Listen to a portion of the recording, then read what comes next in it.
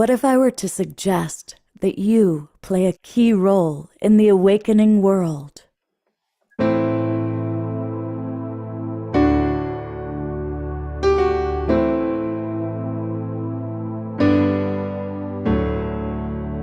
that you are watching this because you have heard the call.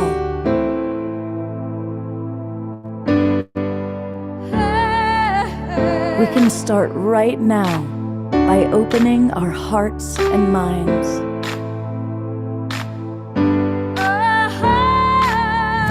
Welcome to the awakening world.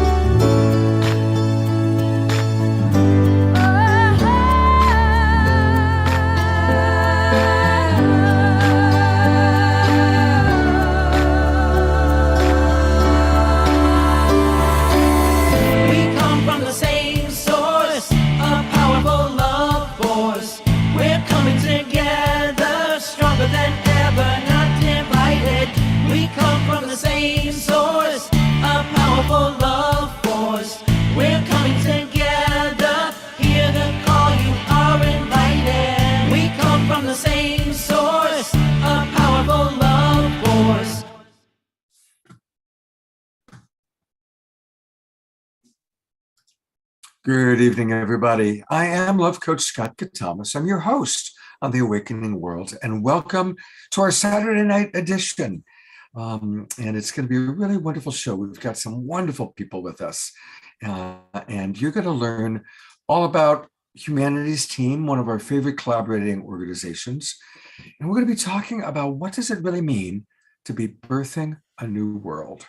Perfect theme for what the awakening world is all about. It's really kind of a similar way of approaching it. We all recognize that the course that humanity was on, has been on, isn't sustainable. It's not working, and we need to change. And so a very positive way of seeing it is that we are awakening. Or another way, which I love, is that we are birthing a new world. So that's what tonight's conversation is going to be all about. Now, I want to welcome all of you that are already in our Zoom room. I see so many of our regular friends. And even though I know where all of you live by now, please go ahead and put in for our guests where you are geographically, because that's always interesting to see friends all the way from Dorina in Ecuador to Charlotte and Eleanor up in British Columbia. I also want to invite all of the people watching on Facebook to come on into our Zoom room. A big thanks to John and Summer Raymer from the Sign Network, because they have arranged for us to be out over 100 different Facebook groups and pages, which is pretty cool. So if you're watching us on Facebook, or maybe you're watching us on our YouTube channel or Ellen Steinfeld's YouTube channel, come on into our Zoom room. You can interact with us more easily, and we are going to have a whole question and answer period throughout the show. And it's easy to join us. Just go to globalpeacetribe.com, globalpeacetribe.com, and on any of the pages that you might find, and by the way, there's all sorts of different pages here, you can click on the little link here, and that takes you to the registration page. And then you register. Now, some of you might not know that we actually do 3 shows every weekend. So for example, last night, we did a show all about ascension. What does that really mean? Of course, here's the poster for tonight's show about birthing a new world with Humanities Team. And then tomorrow, we're going to be on the Sacred Sunday show, Sundays at 10 o'clock in the morning. We're going to be talking about our spiritual influences with Reverend Michael Beckwith and Reverend Temple Hayes and my good buddy, Jonathan Robinson. He's a best-selling author, and it's also his birthday tomorrow. We're going to be talking about our influences. And wait till you hear what Reverend Michael has to share. It's very, very interesting.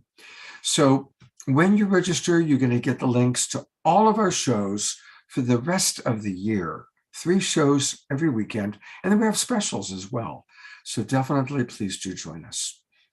All right, Humanities Team. And I'm really grateful that with us is someone, you've seen him on Saturday Night Alive with us, and he was on my Sacred Sunday show.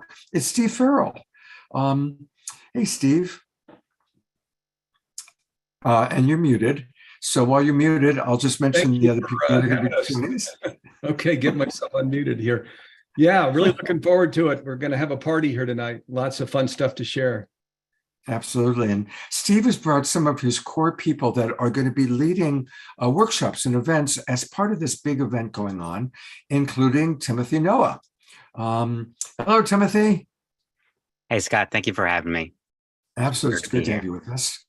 And Dr. Roshanak, who I'm really looking forward to hearing from. She's got a really interesting topic that I know that our audience is going to relate to very, very beautifully. And then we also have, if she has her camera on, there she is waving. You know what happens is I sometimes lose people when they turn the camera off and they disappear into the crowd. There they are, Jacqueline and Dr. Roshanak, and they're colleagues and comrades, and we're going to learn all about some of the beautiful work they're doing. So thank you for being with us. And I see that Ken Foster just came into the room. So let me try and find him if he's got his camera on. While I'm waiting for that, we always have music on our show. He's back, one of our favorite musical artists, Sean Galloway, coming to us all the way from Nashville, Tennessee. Sean was one of our favorites on Saturday Night Live. It was your first time on our new show, The Awakening World. So welcome back, Sean. And you're also muted.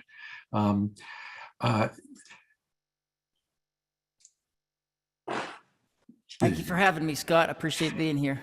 Great to have you with us, Sean. Yeah, it's good to do that. And beautiful brother Omashar, our house musician, is with us. He'll be providing us with some Omashar music. Namaste and aloha, everybody. And a little bit later on in the show, we're going to have Mystic Joyride, one of our favorite bands. They're doing another gig right now, but they will be joining us. And I think he came in. I entered him. There he is. Our other presenter tonight is Ken Foster, who's also a big part of the core team of Humanities Team. So welcome, Ken. Glad you're with us. Thank you so much. It's great to be here with you today. It looks like you're still getting your camera all set up there. Oh, you don't see the camera? No. I said it looks like you're getting it all set up because. Oh, yeah. Yeah. So welcome. Glad you're with us.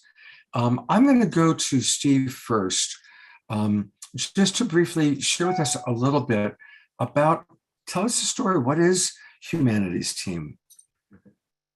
Humanities Team. Well, Humanities Team, when we started Humanities Team in June 2003, actually, you call your program here The Awakened World. And the way we were describing Humanities Team back then was awakening the world of oneness. So, which is still what we do, but now we share that we're making conscious living pervasive worldwide. We say by 2040, 18 years from now, and conscious living, awakening oneness, unity consciousness. These are all really the same things. It's awakening to ultimate reality. So.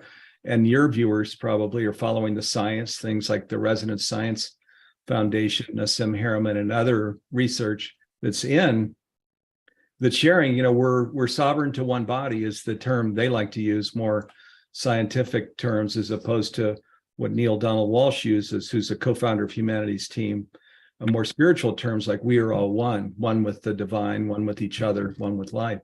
They're actually saying exactly the same thing. So this is what Humanities Team is about. And our key thing right now is what we call changing humanity's future. There's all of the hand-wringing, as we know, going on all over the world because we've got climate change and we've got the Ukraine war and all of these things going on, a lot of worry.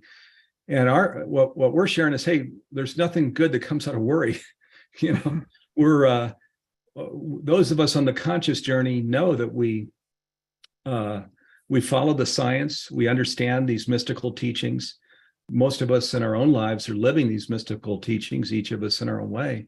And we found, true prosperity. And in this true prosperity, of course, we can't do the kinds of things that are going on in the world today that create all the worry, where we don't steward the planet well, and where climate change gets worse, and where wars are started, and these kinds of things. We simply can't do that because where we awaken to who we really are on this everlasting journey with all of these capacities that are unlimited, we can see that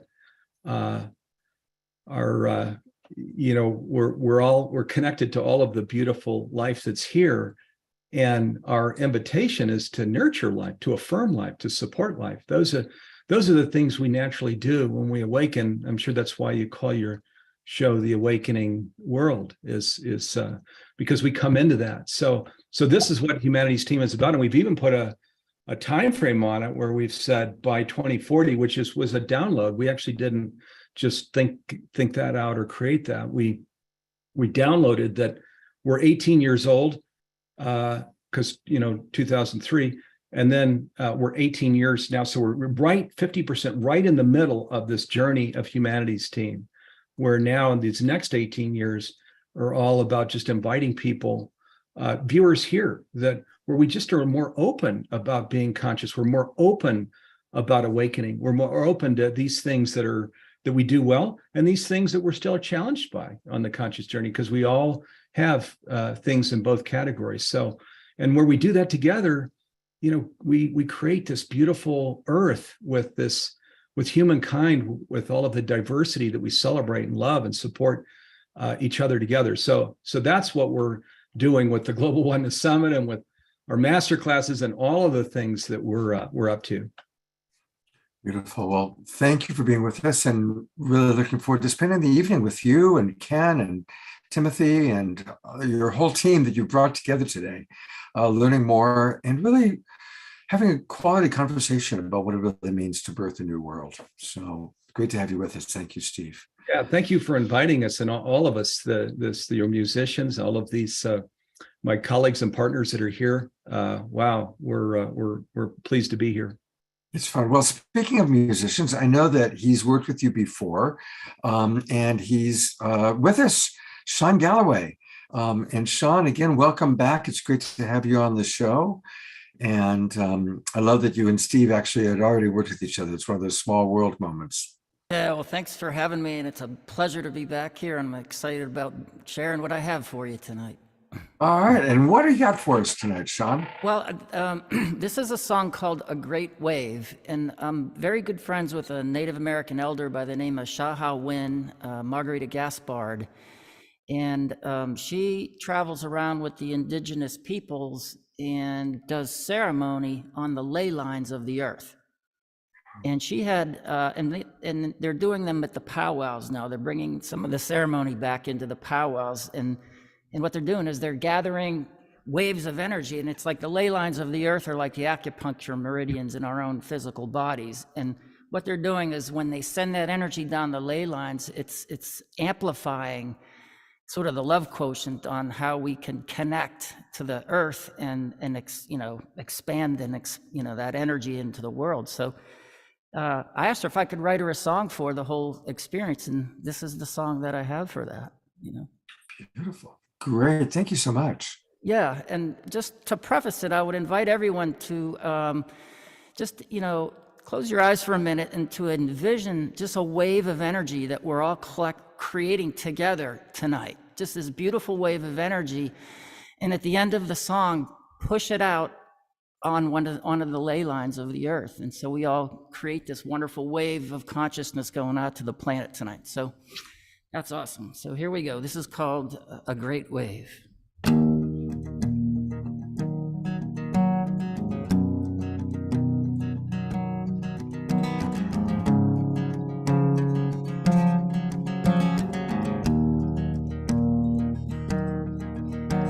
Stand in this sacred circle, speak your loving intent. Let's build a wave of energy that heals with our consent, and send it along her ley lines, reaching out across the world, uniting the tribes of earth and sky in the pageant of her pearl.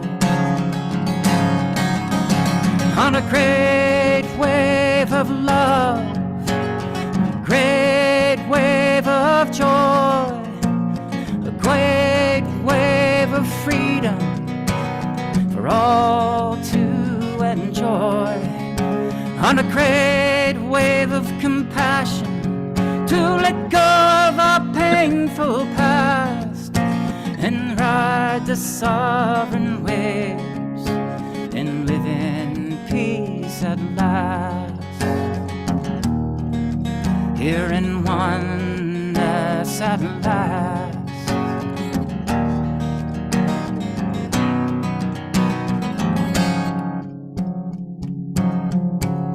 Mother Earth needs our prayers before this wave can start. So take a knee and lend a hand and touch her open heart, and give thanks for all she gives us, for all the good yet to come, and bless the wind that breathes us in and send it to everyone. On a great wave of love, a great wave of joy, a great wave of freedom for all to enjoy, on a great wave of compassion to let go of our painful past and ride the sovereign waves and live in peace at last. Here in oneness at last. From east to west, from north to south, from above and below, to the center, let us be here now.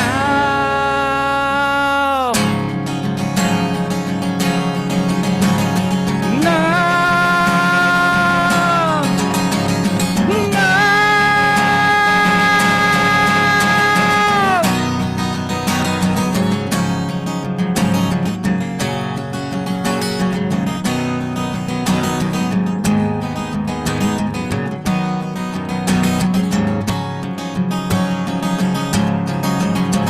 On a great wave of love, a great wave of joy, a great wave of freedom for all to enjoy, on a great wave of compassion to let go of our painful past and ride the sovereign waves and live in peace at last.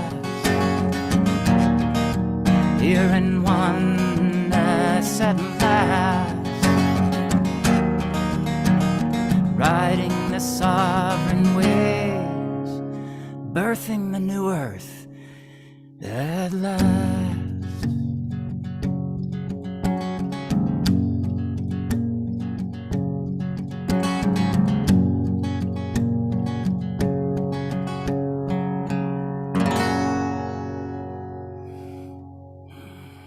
Everybody take a deep breath, close your eyes, and just imagine that incredible wave of love that we just created all around the earth, all through the ley lines, amplifying the love and birthing that new earth, that glorious new earth.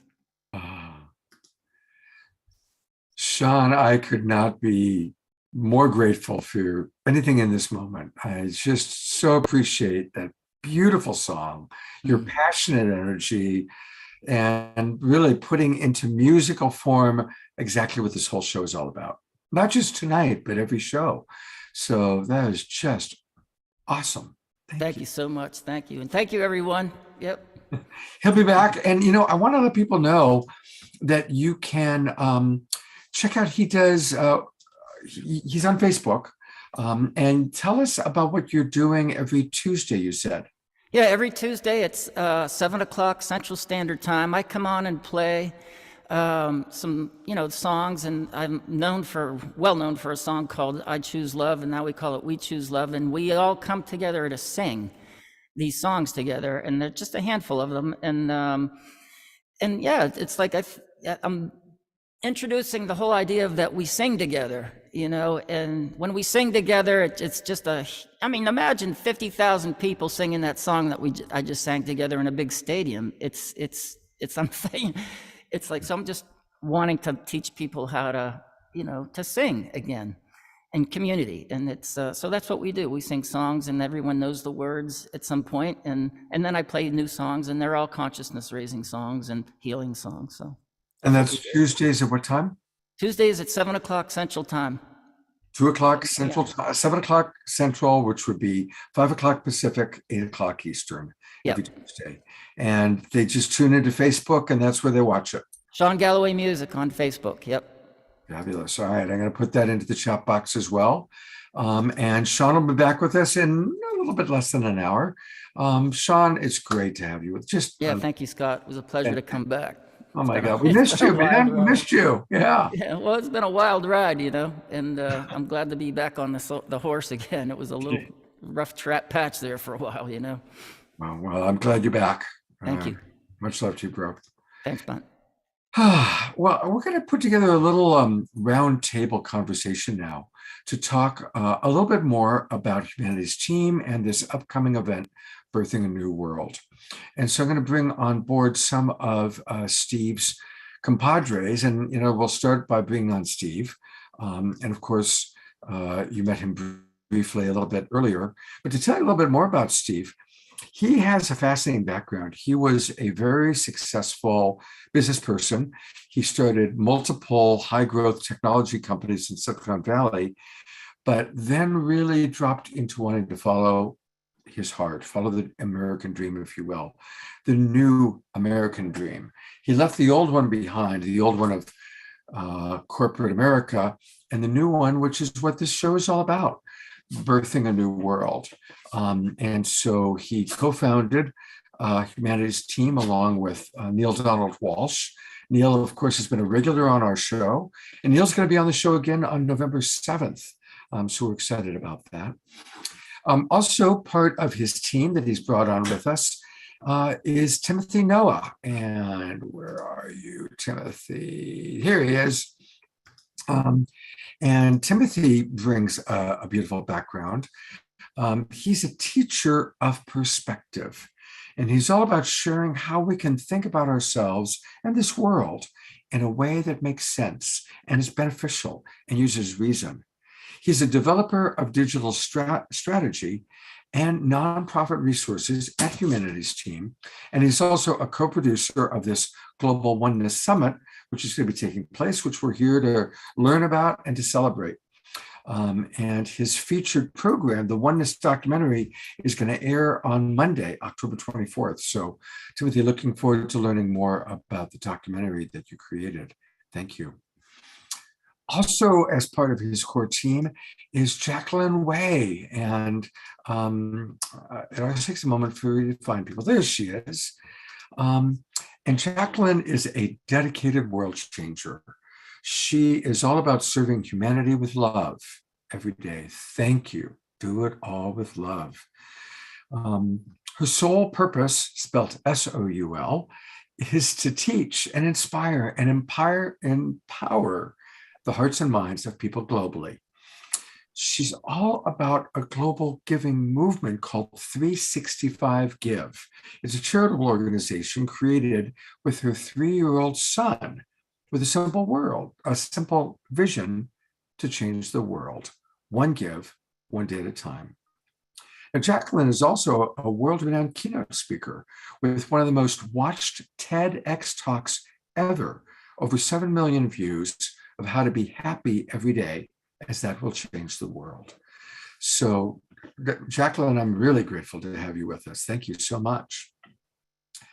And then also on Humanity's Team that's with us is Ken Foster, Ken D. Foster, to get it correct. And he's a transformational leader, business strategist, best-selling author, and human potential expert. He's the host of Voices of Courage, a show that is syndicated in 82 countries. So I want to learn a little bit about that, Ken. He's a change maker who helps people realize who they are, unleash their power so that they can see the unseeable, know the unknowable, and do the impossible. So, wow, what an incredible team that you've got here. And I'm going to go ahead and change the agenda a little bit and bring on your other person if she's with us. There she is. Roshan, Dr. Roshanak is with us. So I'm going to bring everybody up. I'm going to go right into roundtable. But to tell you a little bit about Dr. Roshanak, she is a credentialed computational, clinical, and behavioral neuroscientist whose work has supported the transformation of countless lives. As the founder of Access to the Path, and we want to learn more about that, she combines the power and process of science with emotional and spiritual intelligence to generate compelling and innovative strategies that help people and businesses become more purposeful, effective, and prosperous. I'll put all of that into the chat box so you all can read it because it's a mouthful and it's powerful. Really impressed with that vision. She's an author, a speaker, a transformational leader, and consultant, and she serves a global audience with a very unique voice that both relaxes and rejuvenates, intuitively making complicated material accessible and applicable. She's been known affectionately as the people's neuroscientist. And boy, we sure do need that to be able to take this incredible wisdom that we now have about our brain and neuroscience and to help us understand how to work with it. So thank you. Thank you, everybody, for being with us. And I'm going to start just by bringing up what this is kind of all about tonight, which is celebrating your 13th annual Global Oneness Summit. So tell us a little bit about the summit, Steve, and then I'm going to ask each one of your presenters to share what they're doing or what their role is with the summit. great. Yeah, thank you for sharing screen here. So you're looking now at the homepage for the summit, which, by the way, it started this morning. So we're now, if we just completed day one. So if we're looking a little amped up, that's why. Big day today. We started this morning at 8:30 a.m. Pacific time with something called Shout Out Love, where it was 30 minutes of us live, just talking about the importance of love as our basis. That oneness, of course, is the form, but the basis is love, right? And in our opening panel here, we had Greg Braden and Nassim Haramein, two esteemed researchers, and they were going right into the research of Nassim Haramein. You may know, is just on the verge of announcing his unified field theory. And the panel, if you saw it this morning, he shared that just in September, the final equation that they were looking for, he and his team of science and math researchers found the final equation for alpha. And he had to almost pull him down from the ceiling. He was so high on finding this final equation. So what this says, though, the reason I'm bringing in the science is we started the Global Oneness Summit because mystics have shared over millennia, as we know, that we're all one. We've all read that. It's in sacred text all over the place. But now you've got researchers coming in and saying, and also in physics, right? The Nobel Prize was for entanglement. Entanglement is into connection and oneness, right? So science is saying that our eyes actually have been deceiving us when we think, oh, we're all separate. We're separate from each other. We're separate from the earth. We're separate from the one, which we can call the divine or cosmos, whatever word we like. And now science is saying that just isn't true. So now this is why birthing a new world, this is why awakening is, my God, why would we want to walk around in some illusion any longer when the science is in that's saying, no, you're part of this one body. That's in your everlasting life. And of course, the mediums and NDEers have been sharing this forever too, right? We go back and we're in this container of perfect love. So that's why, this isn't some like new agey thing we're talking about here. We're talking about ultimate reality. That's what the Global Oneness Summit is about. And it got off to a great start. Let me go to my partners here now, who all played huge roles in this. And by the way, Timothy and Ken Foster and Adam C. Hall were the three that really lifted the Global Oneness Summit up to a whole new height this year in its 13th year. So go ahead and tell us a little bit about Timothy and a little bit about Ken, and then we'll hear from them. Yeah, so Timothy, and thank you for reading the bios. Timothy plays a huge role. There's too many things that I couldn't all get to, but in the center of our strategy, when we talk about making conscious living pervasive worldwide in 18 years, is our streaming platform. We have a revolutionary streaming platform. It's called Humanity Stream Plus. And among other things, Timothy was the guy that really created that vision and made that whole thing happen. There are many other things he's doing now as well that he can, he ought to probably talk about his documentary and spiritual activism, two of the things that he brought to this year's summit. Well, thank you, Steve, for generous introduction here, and thank you, everybody.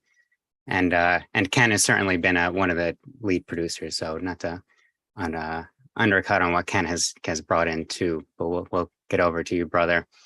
I think the one thing I'd like to share with this group in reference to the summit is that, you know, I think we're all probably on the same page if you're listening to this call, that this global awakening, that not only is it a possibility, but that it's actually upon us. And so then what the implications of this might mean, you know, we're invited to really consider and show, demonstrate. And perhaps most importantly, I would say, or one of the most important things in this process for us is to translate this and share this in such a way that other audiences that may not be privy to all of this that we're tuning into can feel into this. And so my piece that I'm sharing for the Global Oneness Summit, it's called Oneness, the Documentary, and it's on Global Oneness Day, which is October 24th. And of course, Steve and team were the ones who created Global Oneness Day before the summit was even a thing. So thank you for that. But the Oneness, the Documentary, is a sort of musical teaching complement, which goes into oneness, not just from a talking head perspective, although there is a talking head. I'm the talking head most of the time, but it's written to be a musical experience. So it's not just speaking. There's musics. There's parts of it that are entire songs. There's backtracks where I'm teaching over songs, and of course I allude to all the other wonderful teachers in this. So I guess the one piece I'd like to share with you is a snippet from one of the songs that is featured on it. And it starts with, planetary awakening is a fact. We're beginning to interact as if one another had one mother. Love, not undercover. Let's take a minute just to intuit to it. Wisdom is fluid, moving from all avenues into your mind, which was designed before time. Your life is more than a 4-dimensional line.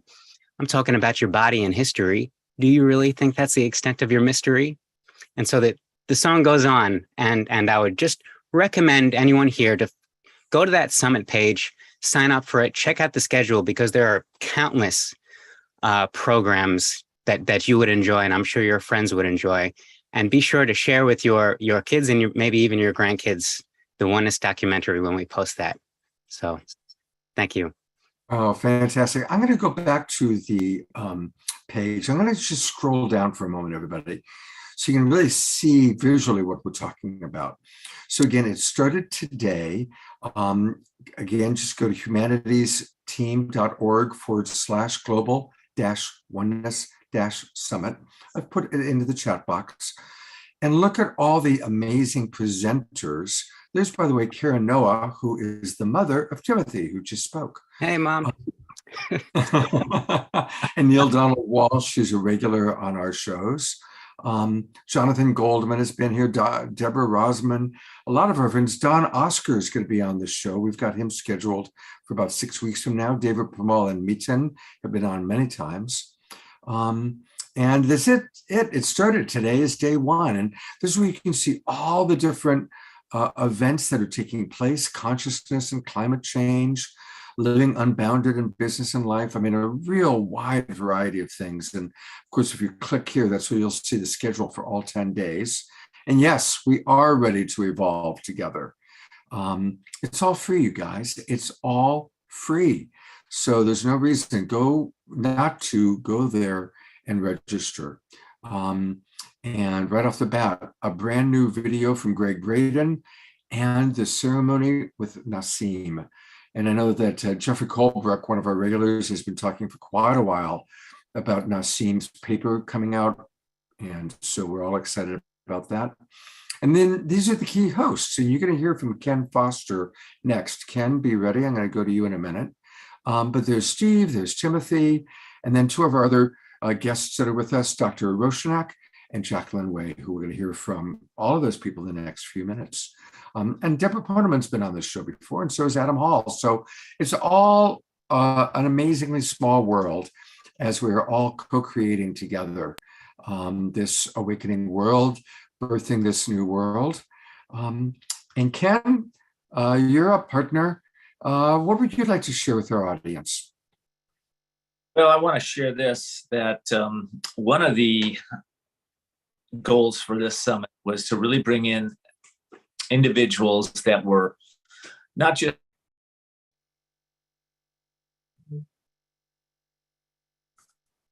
a lot of following out there. We wanted to bring in individuals that were transformational.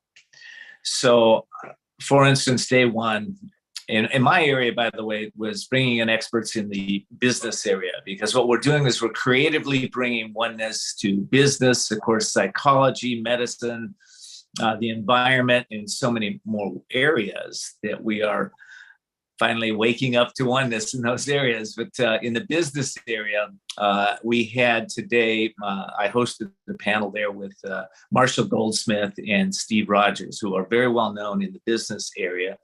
We also have coming up Stephen M.R. Covey. We have Sharon Lecter from the Napoleon Hill Foundation. Also, she co-wrote Robert Kiyosaki's books, Rich Dad, Poor Dad. A lot of people don't know that. She co-wrote that with Robert. And we are in a place today with business. We're going from that old place of control and command, telling you what to do, when to do, and how to do it, and from top down, into this place of trust and inspire, and helping individuals in a business arena to start to awaken their inner genius, their inner being, to be able to tap into their own original purpose.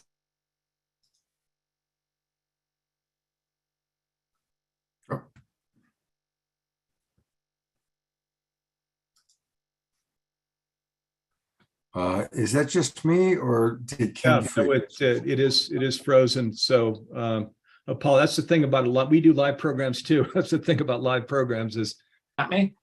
I think we. Oh, there we go. Ken's here. He's back. Okay. All right. Yeah, I mean, unfortunately, I'm in a place where I thought the Wi-Fi would be really good, and it's not. But I apologize for that, Scott and Steve. In business, we are starting now to live intentionally. And that is a subtle shift from setting goals and manifesting goals.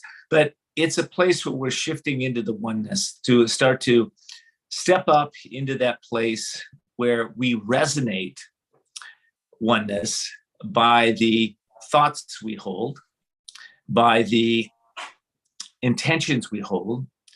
And it's business in my world is shifting from the living business from the outside in, from results oriented, to a place of we're still looking at results, but we're living it from the inside out, not the outside in. The results were. Yep. We lost him again. There you are. Okay. Sorry, Scott.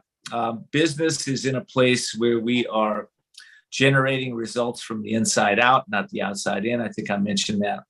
And so we're in a place today in business where we're using business as a tool to evolve consciousness, to evolve ourselves in ways that we start to understand, yes, everybody is one. the secretary to the CEO is all one, and we are all connected, and everybody is just as important as everybody else. So that's the piece that I brought in. We brought some amazing speakers to the table, and we brought that business piece to the Oneness Summit this year to bring in more, maybe even more practicality, how to apply this not only in your personal life, but also in your business life. Beautiful. Thank you so much. And hopefully the internet gods will be kind with us so we can hear more from you. I'm going to bring on Dr. Roshnak next.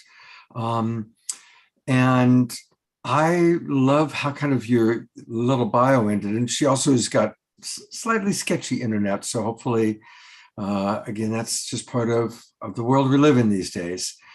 Dr. Roshnak, so tell us, what are some practical ways that our understanding of neuroscience can help us to be more sustainable in our life choices? Thank you so much. Hope the internet gods are holding out on my end as well. So I think it's really important that we understand the basis of why do we have science. Science helps us with the understanding of our nature and of nature, and brings the divine, which is intractable, into beingness. And so as we understand better how we function and how our world functions, then we can be intentional about the way that we direct our behaviors, the way that we make decisions every day, from nutrition to sleep to social interaction to our interdependence with each other, and of course the relationship that we have with ourselves and with others. So for example, one of the things that Ken was talking about with respect to business is this idea of trust. When we talk about trust, we're at a time where globally we're in the Great Resignation. This is the highest number of people who have chosen to leave their jobs since the Department of Labor and Statistics has been keeping track of those numbers.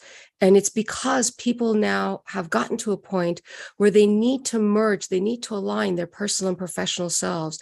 We need to bring forth what is our deep passion in a way that is sustainable. And when you have trust in the workplace, you decrease what is now becoming an epidemic, which is burnout, significantly. I believe the number is something like 44% or higher. You increase productivity by 66%. People are happier. And when they're happy, they're more productive. And this goes between our lives personally and professionally, socially, in every way that we move forward. Ultimately, people want to live a life of happiness, of fulfillment, of meaning. And we find from science that having a life of meaning involves multiple pathways, having coherence. That means the things that you're doing are making sense within your own life, having purpose. That means connecting your present day actions to your future valuable goals, having existential mattering. That means that what you do in your own life matters to other people. And the newest way, which has very recently been shown, is experiential appreciation. These are all works that were done through the community of neuroscience to show how we can very practically be happy. When we understand neuroscience and we understand how important living our purpose is, we also understand how neuroprotective it is. If we have cognitive decline, people are really worried about that. It prevents us, it protects us from cognitive decline. When we understand that we perceive reality in a way that's quite fluid, even the reality that we see in a very physical way has a delay from the time that it hits our eyes to the time that our full perception of that reality comes together.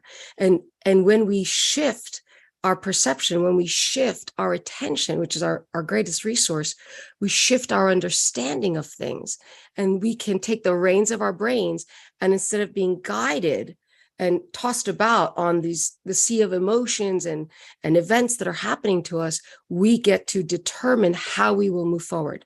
I'll give you one really important example of the correlation between the spirituality and the neuroscience, and that is through meditation. Mindfulness meditation changes it has been very well documented, the structure and function of the brain.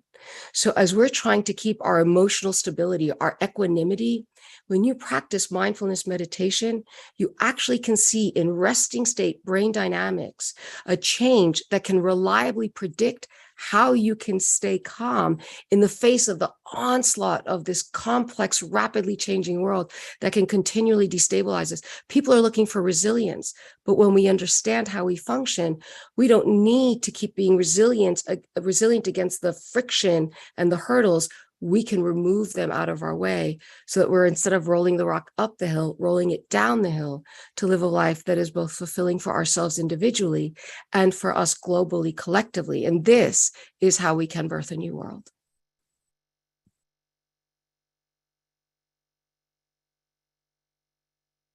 You're on mute, Scott. There we go.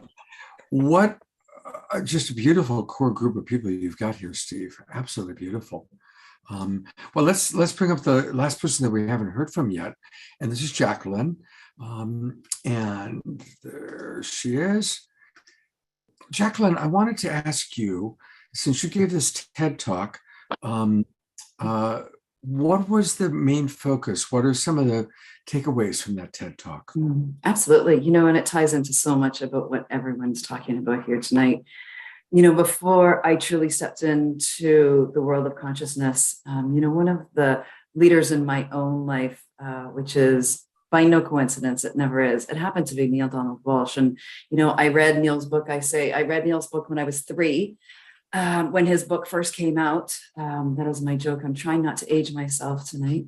But I read Neale's book and it truly put me on my own path in my life, which literally led me to that TED Talk. And, when I became a parent, something in my own life changed, and I really looked out into the world and I went, what am I bringing my children into? And I am the very proud adoptive mother of 3 beautiful boys.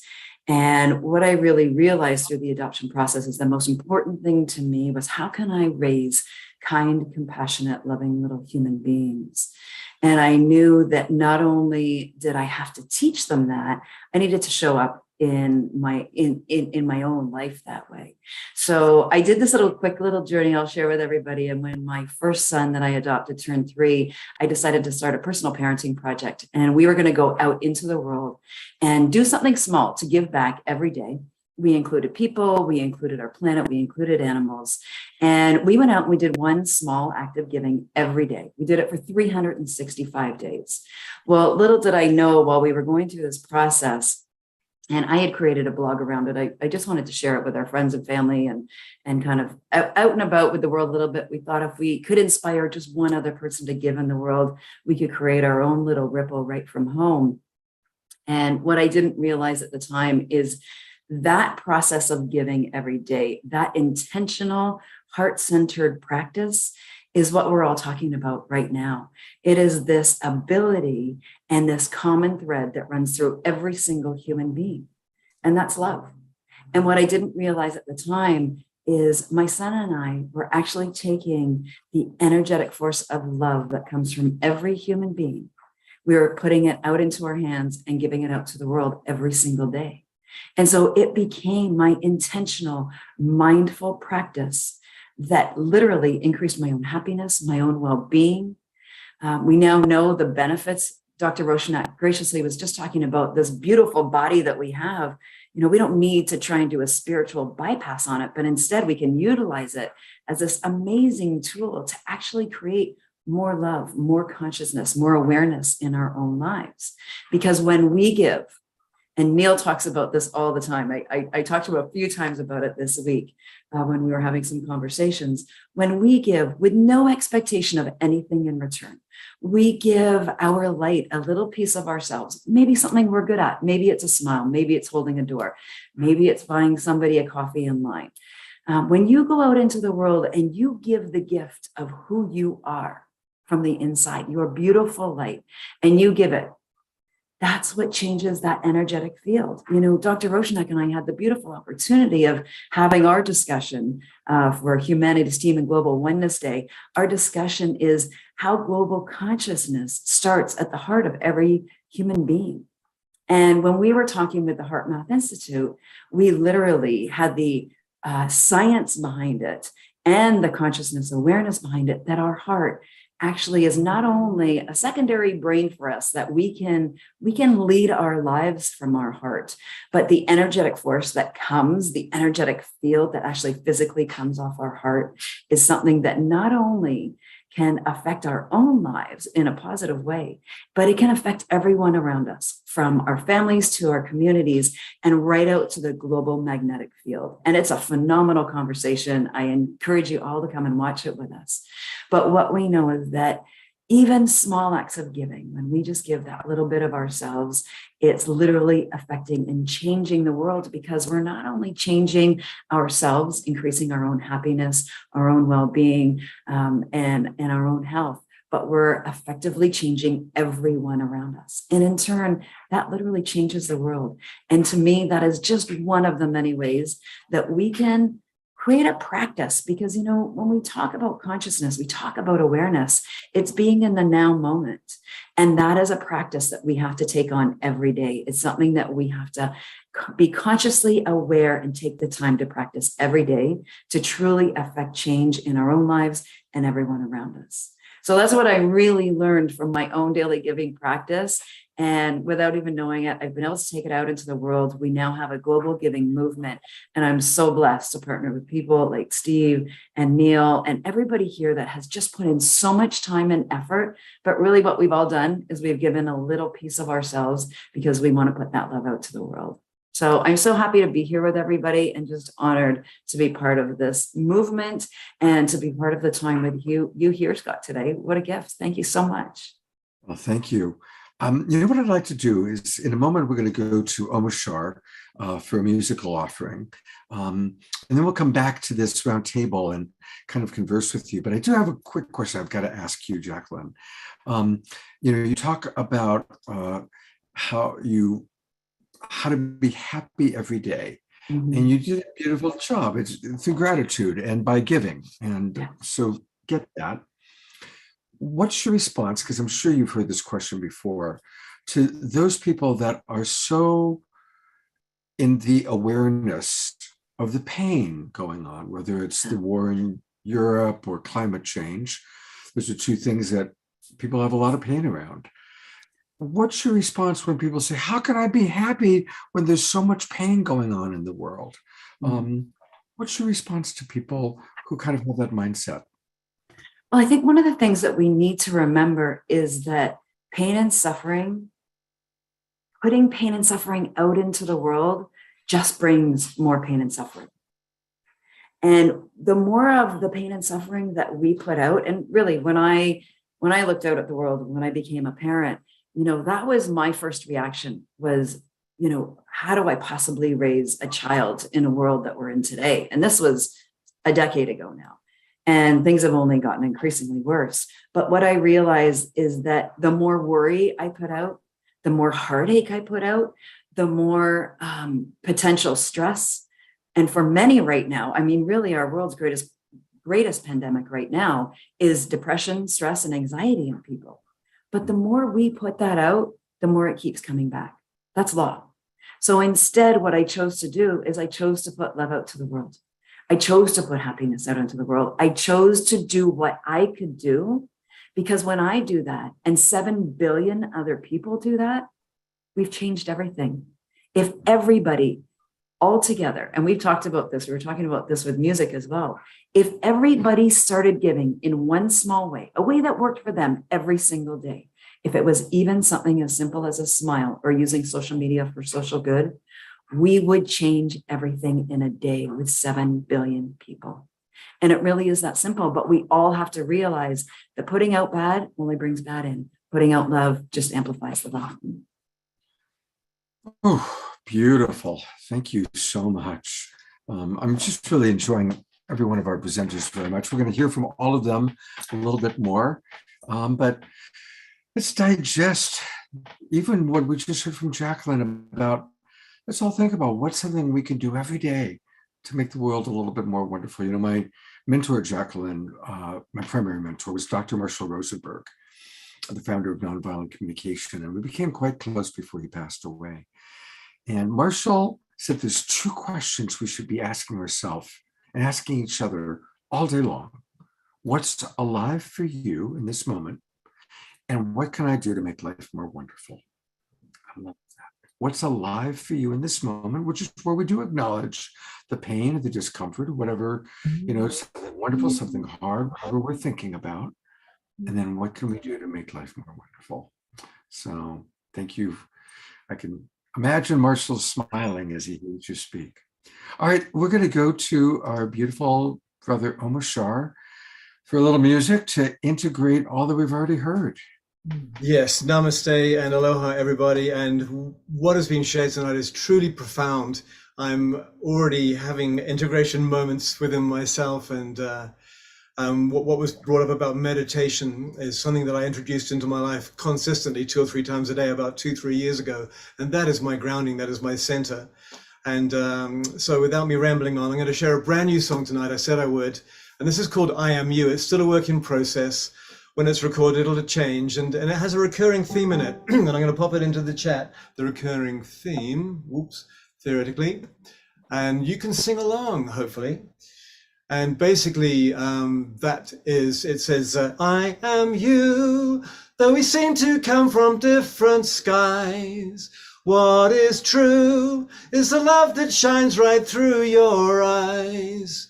So here we go, and here we go, and here we go, and here we go.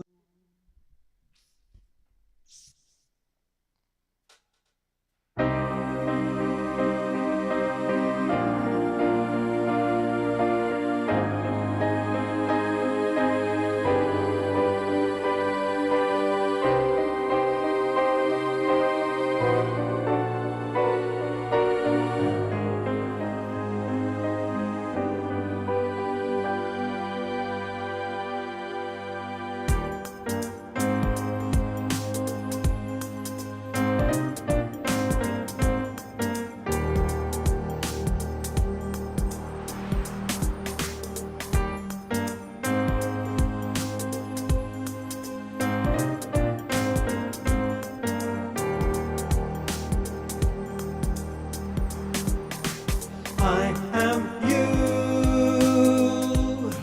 though we seem to come from different skies. What is true is the light that shines right through your eyes. Yes, we are here and now. And it's time to leave the past behind. So take me by the hand. Let us walk across this sacred land. I am you, though we seem to come from different skies. What is true is the light that shines right through your eyes. I'll sail away with you across the universe. We'll fly on eagle's wings, and you know we'll cry with gratitude.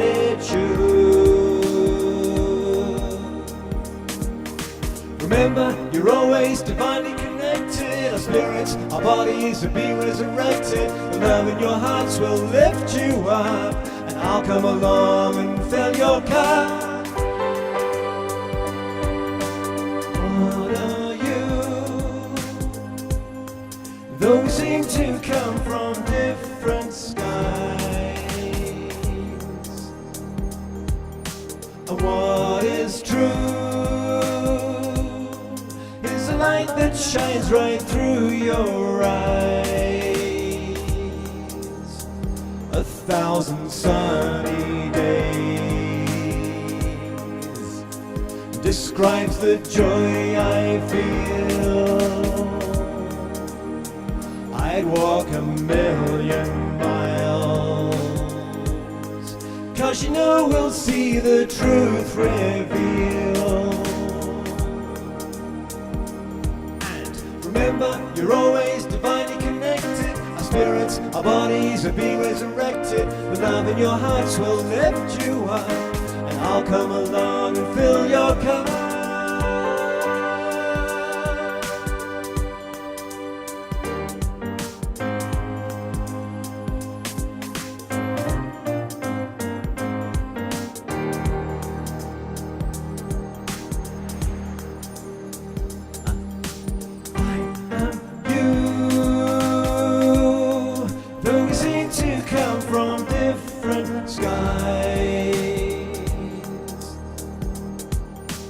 What is true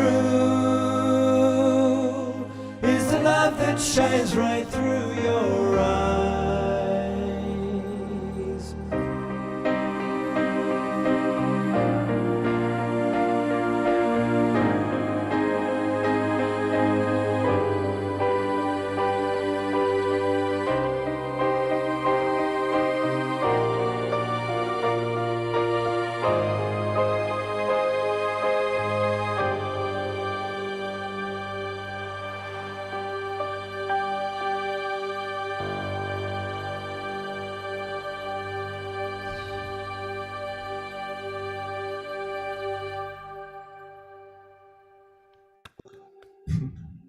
Wow, thank you so much, Omashar. That was beautiful, just beautiful. It's always a trip sharing a new song because there's this energy that tries to push it out through you, and I was rushing through it. And so what I'm going to ask the panel is, what is your key for staying really present when you have something to share and there's this gushing energy that comes, and how do you rein that in? I think Roshanak, Doctor, was sharing about having the reins. And so that's my question. Well, we'll go right there. Roshanak, do you want to respond to his question? Specifically about taking the reins of your brains? Yeah, kind of, sort of. I have this energy which, when I'm going to share something, it just kind of rushes out of me like 1,000 horses, and it causes me to stumble. And all I need to do is somehow pull myself back into that center to deliver it with more elegance, let's say. And yeah. It's a beautiful thing when we know how to channel our energies, right? So we get this flood, this rush of neurochemicals in our body that fill us up with that joy, the endorphins, the dopamine. You get everything, this beautiful soup that's just, whew. And when we can go intentionally and think, because there are these emotions, right? And then we think about, what is it that I really want to accomplish? And I look at my goal. Then I am able to balance that out, take all that feeling that is so overwhelming and beautiful. And I can, instead of it being so widely distributed and untethered, I can now focus it like a laser. I focus it into this thing that I want, and I now become highly efficient. And it's a little bit like going into that flow state. I become highly efficient and connected on every level to what I want. And I use that energetic force. And I love what you said, because so many times we're looking for motivation and we're looking for energy, but this unending supply of energy comes from us connecting to the divine, to our passion, to our joy, because it keeps filling us up. And using our logical brain, we then can focus that energy and then let it go into what we really want, to get to that objective, to make that impact that we want, to reach those people and give them, impart to them this joy, this beauty, this energy. And there's this amazing connection that happens.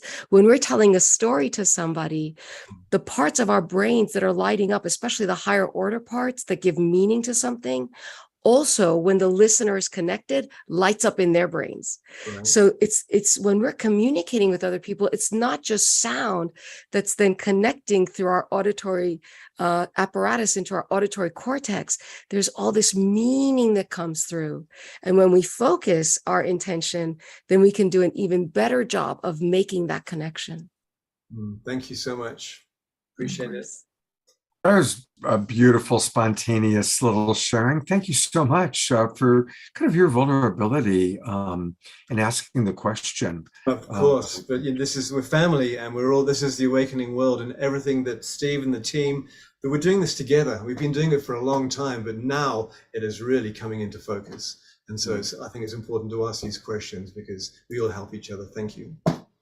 And, speaking of helping each other, we can help Omoshar by buying his music. You don't have to wait until the weekend to listen. If you go to omoshar.com, that's his name, and that's where you can link to his YouTube channel or his Instagram, or you can also buy his music by going to any of the regular places like Bandcamp. So let's all support our beloved brother Omoshar. I'm so grateful for how he shows up for every show that we do. It's beautiful. Speaking of support, I'm going to bring on camera, and we're going to get back to all of our presenters in just a minute. But for a few moments, I want to introduce Erin Pullman. And Erin welcome Erin to the Awakening World. Hey, everybody. And she has something really wonderful that she's doing. Tell us about your Charity Water project. Yeah, so about 4 years ago, I was listening to a podcast interview, and I learned the horrible fact that there are 771 million people in the world that don't have access to clean water. And those moments where like something just hits you hard, like I have been thinking about it every day since then. And I found this great organization called Charity Water. They've brought clean water to 15 million people already, and it only costs $40 a person to bring someone clean water for the rest of their life. And so I decided to create a fundraising event. I'm throwing it tomorrow in Los Angeles at a private residence, and we have about 14 different musicians going to perform. I'll be performing some of my original songs. And we even have a Grammy award-winning harpist coming to perform. It's going to be wonderful. We're going to have a live painter, and it's outdoors by this pool, and it's absolutely gorgeous estate. So that is happening tomorrow, and it's from 2 to 6 p.m. I'm not sure how many of you are in Los Angeles, but the good news is that even if you aren't, there is still a way to contribute to the fundraising campaign that I started. And I think Scott can put it in the chat, or I can put it in the chat. But for every $40 that we raise, we can bring clean water to one person that right now is drinking water every day that could literally kill them because it's so contaminated. For the rest of their life, they can have clean water for $40. It's like completely mind-blowing. And so far, this campaign has gotten enough money together to bring clean water to 23 people. And I still have a bunch more tickets to sell for my event, and a bunch of more people that are going to be donating online. And yeah, so that's my story today. All right. Well, thank you, Erin. And here is her website. I have put into the chat box all the information. But for those of you that are watching on Facebook and don't have access to our Zoom room chat box, go to charitywater.org, charitywater.org, and you can donate directly just by clicking that donate button. You can put in how much you want to donate. And of course, if you're in Los Angeles, tomorrow, that's the place to be. And what time and where in LA is that going to be? Yeah, it's from 2 to 6 p.m. at a beautiful private residence in Brentwood Heights. So I'm not sure if you put the Eventbrite link in, but either Scott or I will put the Eventbrite link, and then you can connect with me that way. And I'll send you the address and everything. Fantastic. And thank you, Laura Chamberlain, who's already donating. So we appreciate that. Oh, that's so sweet. Thank you guys so much for listening and just hearing about this, and for Scott for hosting this amazing group of individuals. It's such a joy to be here with all of you. Thank you so much for having me.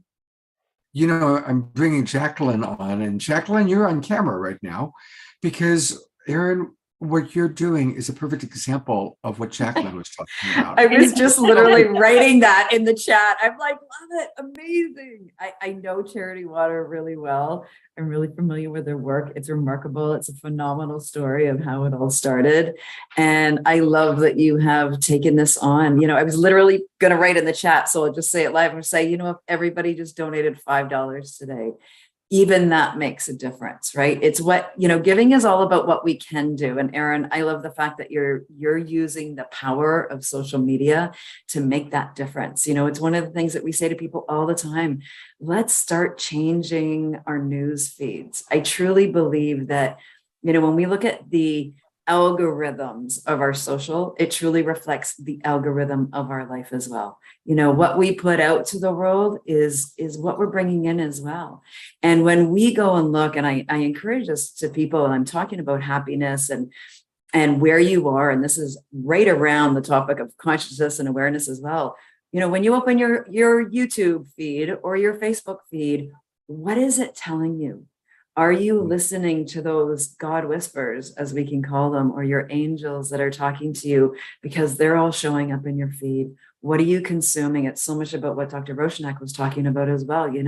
How are we effectively programming our brains, and how are we creating this algorithm in all areas of our life? And what you're doing is absolutely remarkable, because you're creating an algorithm that's putting love out to the world, and more of it. It's helping people really truly understand that there are people all over the world that do think of them. And I think that's one of the big pieces that everyone wants to know, is that they're seen and that they're heard. And you're providing this by providing water to people on the other side of the world, so that they know people do truly care.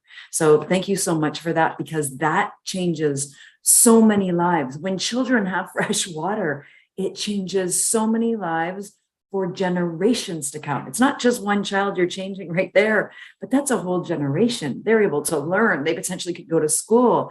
They're not going to die, right? And that could be one of our world's next greatest leaders, and you just never know. So thank you for that. I love it. Yeah, every day I go into this visualization where I'm in Africa and we're installing the final well.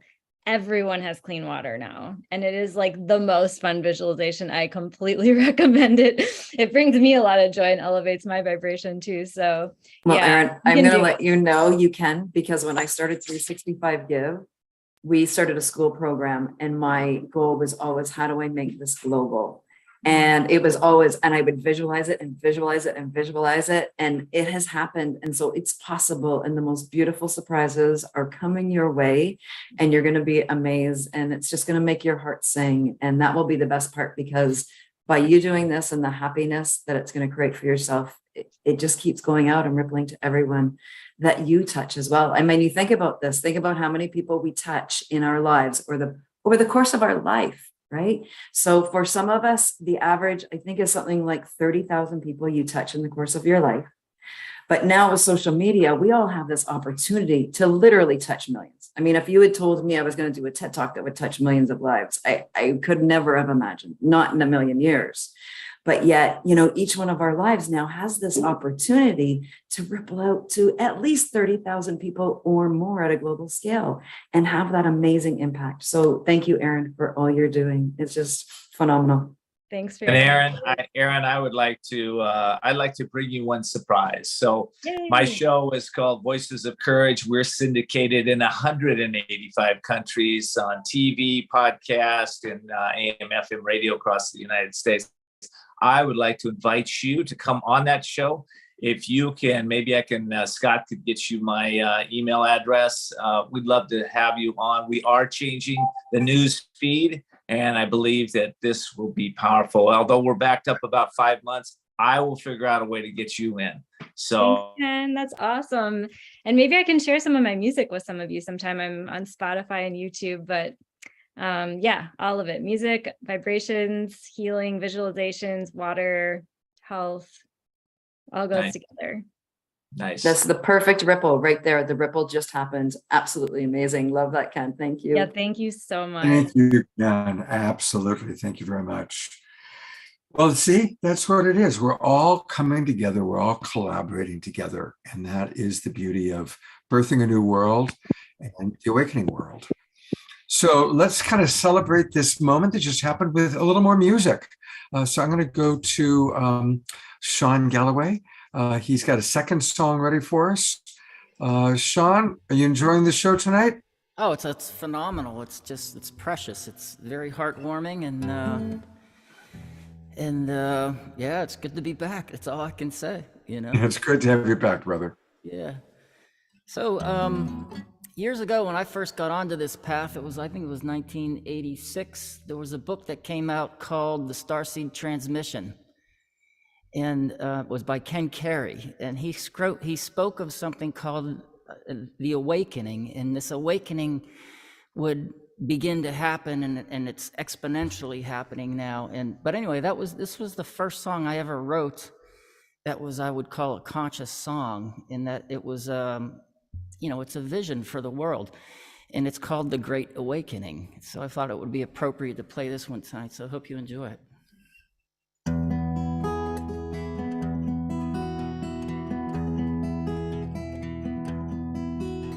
The early morning dawn will bring the light to wake us from the darkness in our lives. Through the clearing clouds, the sun will shine. The warmth of love will ease our minds. For winter will soon be over. The season of fear gone with the night. And as the new day begins, we'll discover the light in our hearts, blooming into love's eternal spring, the awakening.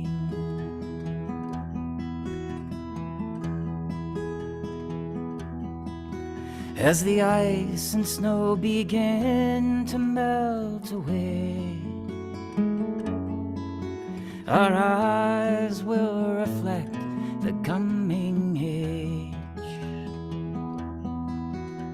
The peaceful winds of truth will gently blow around the world for all to know. For winter's storm will soon be over. The season of fear gone with the night. And as the new day begins, we'll discover the light in our hearts, blooming into love's eternal spring, the awakening.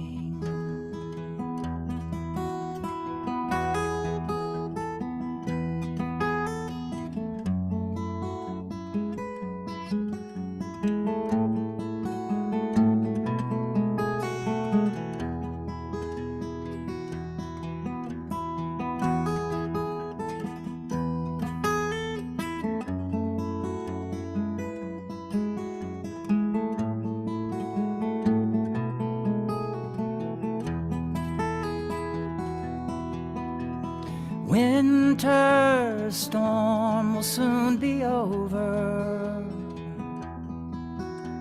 The season of fear gone with the night. And as the new day begins, we'll discover the light in our hearts, blooming into love's eternal spring, the awakening.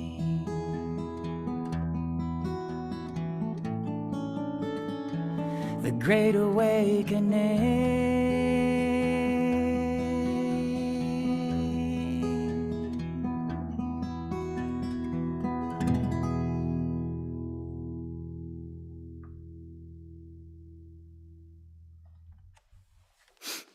Beautiful. Just beautiful. Thank you. Mm. You have such a way of inspiring us, Sean. You're clearly who you are as a being comes through in your music and your heart. And it's really just wonderful to have you back on the show. Well, thank you so much. Yeah. Mm. Thank you. Hey, I want to remind everybody that his website is his name, Sean Galloway. Now he spells it with A's. So it's Sean, SHAWN, and it's Galloway, GALLAWAY. Or if we're going to be phonetic, Sean Galloway would be another way to remember it. But he is beautiful, and we could always support our musical artists by going to their websites, buying their music from them, registering. It's a beautiful website, by the way. And look at all the different things that he's done. So, and his video, I Choose Love, which, as he said, is now We Choose Love, is really, one of the great theme songs of our tribe. You talked about Ken Carey, Sean. I know Ken. I wow. knew him. We did a retreat together in Maui back in the 80s. And wow. we were both baseball fans, and we had both brought our mitts. And we both thought, why am I packing a mitt to Maui? But when we were packing our bags, not even knowing each other, we hadn't met yet. We were both teaching at the same retreat. We both packed our mitts. So every day we went out and we played catch together. Cool. He had just written the Starseed Transmissions, and he's a beautiful, beautiful guy. So thank you for bringing, and that's the thing, Neil Donald Walsh and Ken Carey, they wrote the books that were some of our predominant books that influenced us. Well, your music is also some of the music that also influences. This is my artwork too behind me here, Scott. And so I'm also a visual artist too. So there's a gallery on the website. So if anyone's interested in artwork as well, I love doing artwork. I love this photo. I'll actually go to that photo on the website right here. There we go. So you do commissioned artwork, yeah? I do. I've done lots of different things. And those ones on those pictures, those are called the Happy People series I do. these, they're just whimsical, happy people, and they really brighten up a room. So I've done hundreds of them for different people, so they're fun. Well, you know why they're happy? Because they listened to Jacqueline's TEDx talk. That's exactly right. Commitment to doing, something wonderful for everybody. So that's why they're so happy. That's exactly it. We're all connecting the dots here tonight, Exactly. I'll bring Jacqueline on for that. So, well, Sean, God bless you. Stick around. We've got more of the show. I love that. I need some of that art. I'm going to take a look. Like, perfect. I just love it. This is exactly what I'm talking about. And I hope everybody is seeing this in such beautiful real time. Sean, not only are you sharing your music with us, but your art, your happy art. It's perfect. It's this beautiful light that you have inside of you that you're just giving out to the world. And, it's not even about, and we've had many conversations about this, it's not even about doing everything for free. Just when you innately are able, it's like Steve. It's a great example. When you are innately able to take what your talents are, and when you understand what those are and use them for the benefit of the world. We heard earlier, Steve did a lot of things before he started Humanity's Team with Neil, but now he's taking all of that amazing experience, his talents, his wisdom, and he's just putting it out to the world in another way. And it's absolutely phenomenal. I'm seeing this in everybody here today, and it's just, what a gift. Well, thank you, Jacqueline. This whole program is so heart-opening, isn't it? And the whole reason we do, for Humanity's Team and the Global Oneness Summit and the Humanity Stream Plus platform, and I don't want to speak for Jacqueline and Dr. Roshank, but it is to create we've got a little microcosm right here, right now, of this whole awakened world that's all about what our work is. Because where we awaken and we understand we're a part of the one and that we're loved on that level, then we can love and give service and do these beautiful things like what Erin is bringing in, where she says she was so touched that she wanted to create this or support this charity water, which is what a phenomenal program that is. So this is the world. This is the awakened world. We're a microcosm of it right now, and that's why I know we're also passionate about conscious living or oneness or unity consciousness or whatever we want to call this here. But is because we can create this beautiful, beautiful, loving and giving world, and we do, just as we are here tonight when we are on this journey. Beautiful. What are some of the highlights of the upcoming 10 days that you want to make sure people know about? Is there anything you want to especially highlight? Boy, there's I know it's like asking a parent which of your children, right? Over 100 leaders. There's so many that are freely giving of their time. Today, Greg Braden and Bruce Lipton and Deepak Chopra and many others. And then this goes through the actual Global Oneness Day, which is October 24th, Monday. So gosh, there's science, there's Jacqueline and Roshank have shared, they've got programs that are coming up that are beautiful. They talk about where we go from just living to living consciously, and to bring in heart cohesion, both at an individual level and at a collective level. So that's just a little taste of some of the amazing things that are come. But we've worked year round on this program. I mentioned Timothy, Adam, and Ken Foster have sought to take this summit in a different direction. It's got more award-winning music. It's got more celebration. It's got more experiential exercises. So where we're leaving just the wisdom sharing of panels and getting, just like this program here, actually this evening, where you can actually feel it. It's a pulsing, energetic thing where your brain doesn't have to necessarily all be engaged. Your body can feel this nature of oneness, of birthing a new world, which by the way, we've only kind of touched on that aspect. So part of what the reason that we call it birthing a new world is, you may know Greg Braden's most recent research gets into all of these new applications or industries that are being born in the world now. So for example, vertical agriculture and energy that has, where we move away from fossil fuels, that has unlimited supply, and currency in these new forms that are transparent and that are more secure.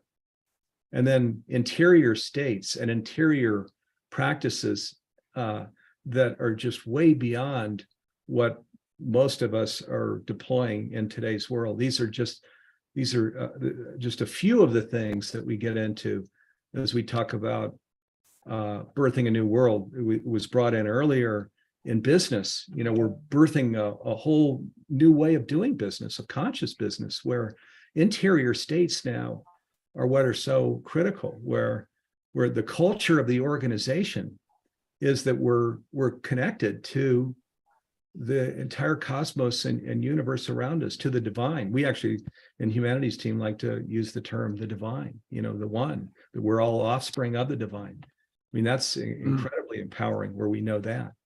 So it takes us in, you could call it radical directions, but I would call it more of kind of, it brings us back home, where we wandered off in illusion, thinking everything was separate, creating this world that we can just see and feel as so unbelievably dysfunctional.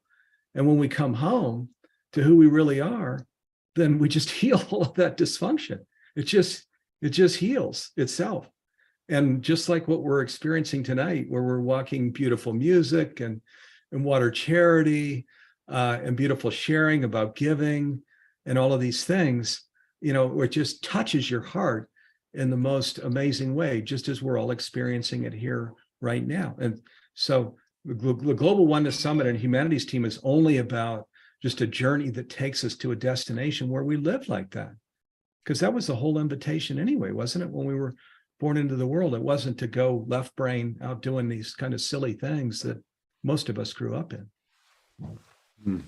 Beautifully stated, Steve. I want to read a few of the comments, and then I'm going to bring Ken on, because we haven't heard much from Ken yet. But I want to read some of the comments coming in from people. And hey, everybody, now's the time for questions. We've got about maybe 30, 45 minutes left. Mystic Joyride is with us. We're going to hear from them in a moment. But I want to read some of the comments and certainly put in any questions that you might have for anybody here, for Jacqueline or for Dr. Rorschach or Steve or Ken. Carol writes, Steve, the opening today was phenomenal, and then a lot of emojis. I was so fulfilled with today's speakers, some of my favorite evolutionary leaders, and I am excited to see what's next. Our beloved brother, the mystic abbot of the wild abbot of the Mystic Monastery, Jerry Anderson, writes, the above interview was amazing to learn that Dr. Deepak in his late 70s shared his first LSD experience. Now that's interesting because tomorrow morning, I've got a pre-record with Reverend Michael Beckwith, who also talks about his early LSD experiences. You got to come to our Secret Sunday show to see that. Sylvia writes, birthing a new world, also dropping into the planetary and individual wombs and ovaries of all mammals, human, bear, deer, wolverine. Got to get those wolverines in there. Thank you, Sylvia. So, and it's really true. You know, it's like, let's remember our beautiful animal friends. You know, one of the heartbreaking things that when I think about is how many species are going extinct every day. It's incredible and very heartbreaking. So thank you. It is important for us to take into consideration as we're remembering humanity waking up, also remembering our animal and plant and natures, the Devic kingdom. Is there anybody doing anything? There are panels on that. Yes, there are panels on that. In fact, Karen Noe has Melissa Joy, I think her name is, that are going into this exactly. And Melissa shares her story, or maybe it's Melanie Joy, Steve, Melanie Joy. Yeah, and shares her story of how she became a vegan. And boy, very heart-opening story. So, and there's a lot of great work going on here, including on our streaming platform, where chefs walk in the importance of just a healthy diet, and where there's love, you know, for animal life and plant life and Gaia herself. So yes, and other things too. Ken Honda is a part of the program out of Japan, you know, and he brings in, he created wealth by just being a lovely, giving person, if you know his story. And he's a revered person in Japan, and he talks about just how he lives joyfully, where he's giving himself away all the time. And there's this boomerang effect that creates all of these different kinds of prosperities, including financial prosperity. And then there's a program as well with Timothy's mom, Karen Noe, and also two of Wayne Dyer's youngest daughters, Serena and Sage. And for a lot of people, this whole lifting of the veil thing is still huge. The notion that we're, you know, that it's just us here physicalized and that's it, as you know, is quite predominant out in the world. And what they share is this incredible story of their dad, Wayne Dyer, who passed in 2015, and who is just active all over the place in today's world. He wrote a book through Karen Noe called We Consciousness. We created a masterclass about this, all of this work that Wayne is doing, through Karen, through Sage, and through Serena. And they share in their panel how when their dad first passed, how they forgot all of what his teachings were because they were so sad and so incredulous that he was gone. And then their personal story of how they opened up and could see that he was actually doing things in their lives, touching them, even telling one of their daughters, Serena, that she was pregnant and was going to have a baby July 4th. And guess what happened? And then when she was having the baby and nobody knew about it, and the phone rang when she's delivering her baby, guess who was calling in? From the afterlife, as she's delivering a baby. Wayne Dyer calling in. I mean, absolutely unbelievable story. They tell that story during the summit. Let me come over to Timothy, because again, he was just starting to tell a little bit about a oneness documentary. Also, has got this spiritual activism thing and lots of other things. And just to be clear, Steve, when you're sharing Wayne called in from the afterlife, that was through my mother, Karen Noe, who's a world-class psychic medium. And she does this all the time. I grew up with this. It's a nice thing to take for granted. But she gets these nudges from spirit, or in this case, from Wayne. At this point, I think it was a reasonable hour of the day. Sometimes it's not. Sometimes it's 6 a.m. and she's, call Sage now. And she's saying, what? It's 6 o'clock in the morning, Wayne. Call her now. But she followed this nudge and called Sage, who did not answer the phone, or called Serena, rather, one of Wayne's daughters. She did not answer. So then she called Sage, but the message was for Serena. So Sage answers, "Hey, Karen, we're a little busy here." Nobody knew, it's not on Facebook or not public information. Yeah, Serena's about to give birth. Right here.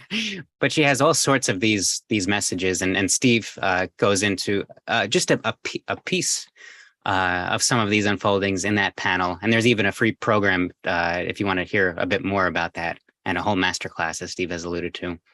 Yeah, it's called Messages from the Afterlife. It's a free 60-minute program when you go to humanitiesteam.org and just hear Sage, Serena, and Karen Noe. It's unbelievable, and it's such important work, because we need to lift the veil. This oneness, unity consciousness thing, we can't just think or believe that it's just the physicalized world that's here, because we're giving up way too much if that's our belief. And I'll tell you, Karen Noe and Suzanne Giesman, and you all probably are familiar with many other mediums that are incredible. Also, the NDEers are just opening people's eyes to reality. If this is just, don't go there, and think, just like separation, that it's real, that there's some veil, and they're gone forever. It just is not true.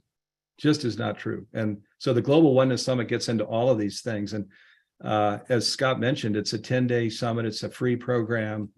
We're sending out free links at the end of the day, because there's nobody probably but us and Humanities Team that are going to be there for the full program every day through the 24th. So we send out links at the end of the day for the programs you miss. And Steve, just to share the profound impact, like what happens after we die. I think this is kind of a universal question that people have. Some people believe that we can't answer it, and that's a belief. And so please don't fall into the belief that it makes no impact what we believe about death into how we live our life, because what we believe death is profoundly shapes the life that we're living right here now, today. And so it is actually one of the most important things, one of the most practical things, to learn a bit about what may happen after we yield the physical form. And this is where it's interesting, because it seems that science is telling us one thing, but really we are the scientists here, and the data available to us are all the people who have died and all the people who seem to be communicating with people who have died. These are pieces of the data that we can use to be scientists and come to our own understanding of what happens after we die, which profoundly impacts how we live here today in this life. Yes, in fact, so Jacqueline was talking about Neil Donald Walsh, and he's coming on to Clubhouse quite frequently now. He's a key co-founder of Humanities Team. He's still very active with us in the Humanities Team. Now, of course, there were 9 Conversations with God books. The books share that what life is about, and this is God. I mean, I left Silicon Valley, by the way, because of Conversations with God. That was the God of my understanding that was speaking through these books. And I said, I don't want to play kids games anymore, just building companies. There's more important work to do, this whole conscious journey. Now, what Conversations with God says is, in the afterlife, we're in a place of knowing. We have perfect knowing, but knowing isn't enough. And our soul wants to experience. I want to experience what I know, which gets into questions like what Scott was asking. Well, but there's all this pain. What are you going to do when there's this pain? Well, the soul came into this life to experience, to be a healer, to be an alchemist, to be love, to be compassion, because it wants to experience its knowing that we're perfect love. And then we return to the afterlife where it's being. So it's knowing, experiencing, and being. And which means that all of the hardship, the pain, friends that died, friends that are incredibly challenged, that's why we're here. We're actually here to hold them, to help them, to support them, to give to them, to love them. That's the only reason we came into this life. It wasn't for the houses or cars or vacations or things. And it's nice to have those things to a certain degree, but that's not why our soul embodied. The microcosm of what we're doing here tonight, it embodied for this reason. So where we just really get, say, okay, I get it, and then we accept the invitation, then we stand out on the field together and we live this way, not just tonight, but every night, every day, to being a giver to the best of our ability, being a loving expression to the best of our ability, each of us in our own way. Then we leave this whole world of worry that's out there right now. And that's why we're here. That's why everybody has tuned in, I'm sure tonight, as we were brought here, so that we can each be that remedy, that alchemist, that healing agent. Beautifully stated, Steve. Beautiful. I'm eager to hear from everybody. But our other musical artists have finally arrived. They had another gig. And so I want to go back to a little music for a moment. It's Mystical Joyride, and we love this duo. They are fantastic. Hey, welcome back, you two. Thank you. Thank you for having us. How did your earlier gig go tonight? It's great. Super fun. Yeah. Some people said that they like broke down in a good way, like they got free. So we were like, all right, that's the goal right there. Well, we've been having a very heart-opening evening so far. Really talk about birthing a new world. It's been a lovely evening, and we are ready for some Mystical Joyride. So take us on a ride. All right. Usually we give you something very electronic, etc., but since we just came from another gig, we decided to give you an acoustic offering today. So bless y'all out there.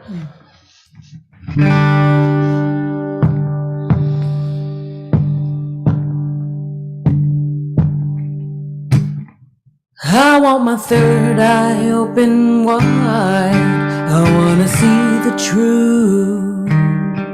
I don't want anything I hide. I want to share what's real and what I feel. I got a burden, hurting soul from the pain, y'all. I'm fighting back, I've gained control. It's not a game at all. No. Anytime I desire to get higher, open my third eye. Anytime I desire to get higher, I am a human,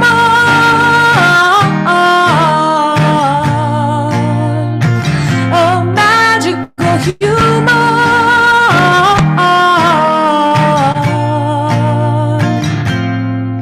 I want my third eye on display. I wanna seize the day, not fizzle away. I choose to view reality so I can solve the problems in front of me. And I'll have what it takes. I might make mistakes, but at least I know I'm brave and save the world. Anytime I desire to get higher, open my third eye. Anytime I desire to get higher, I am a human.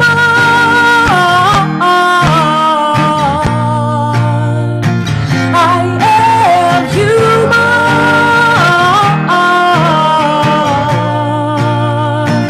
A magical human.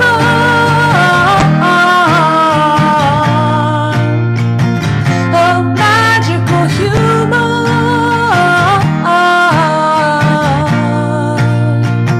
Open my third eye.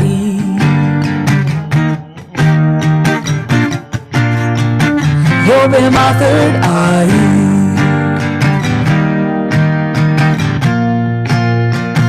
Hope in my third.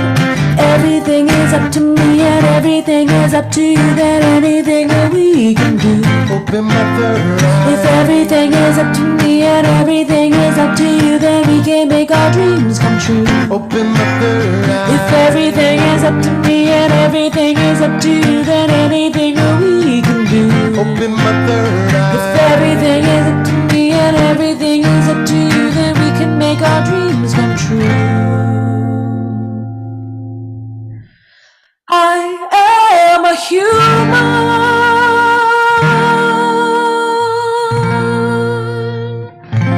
a magical human.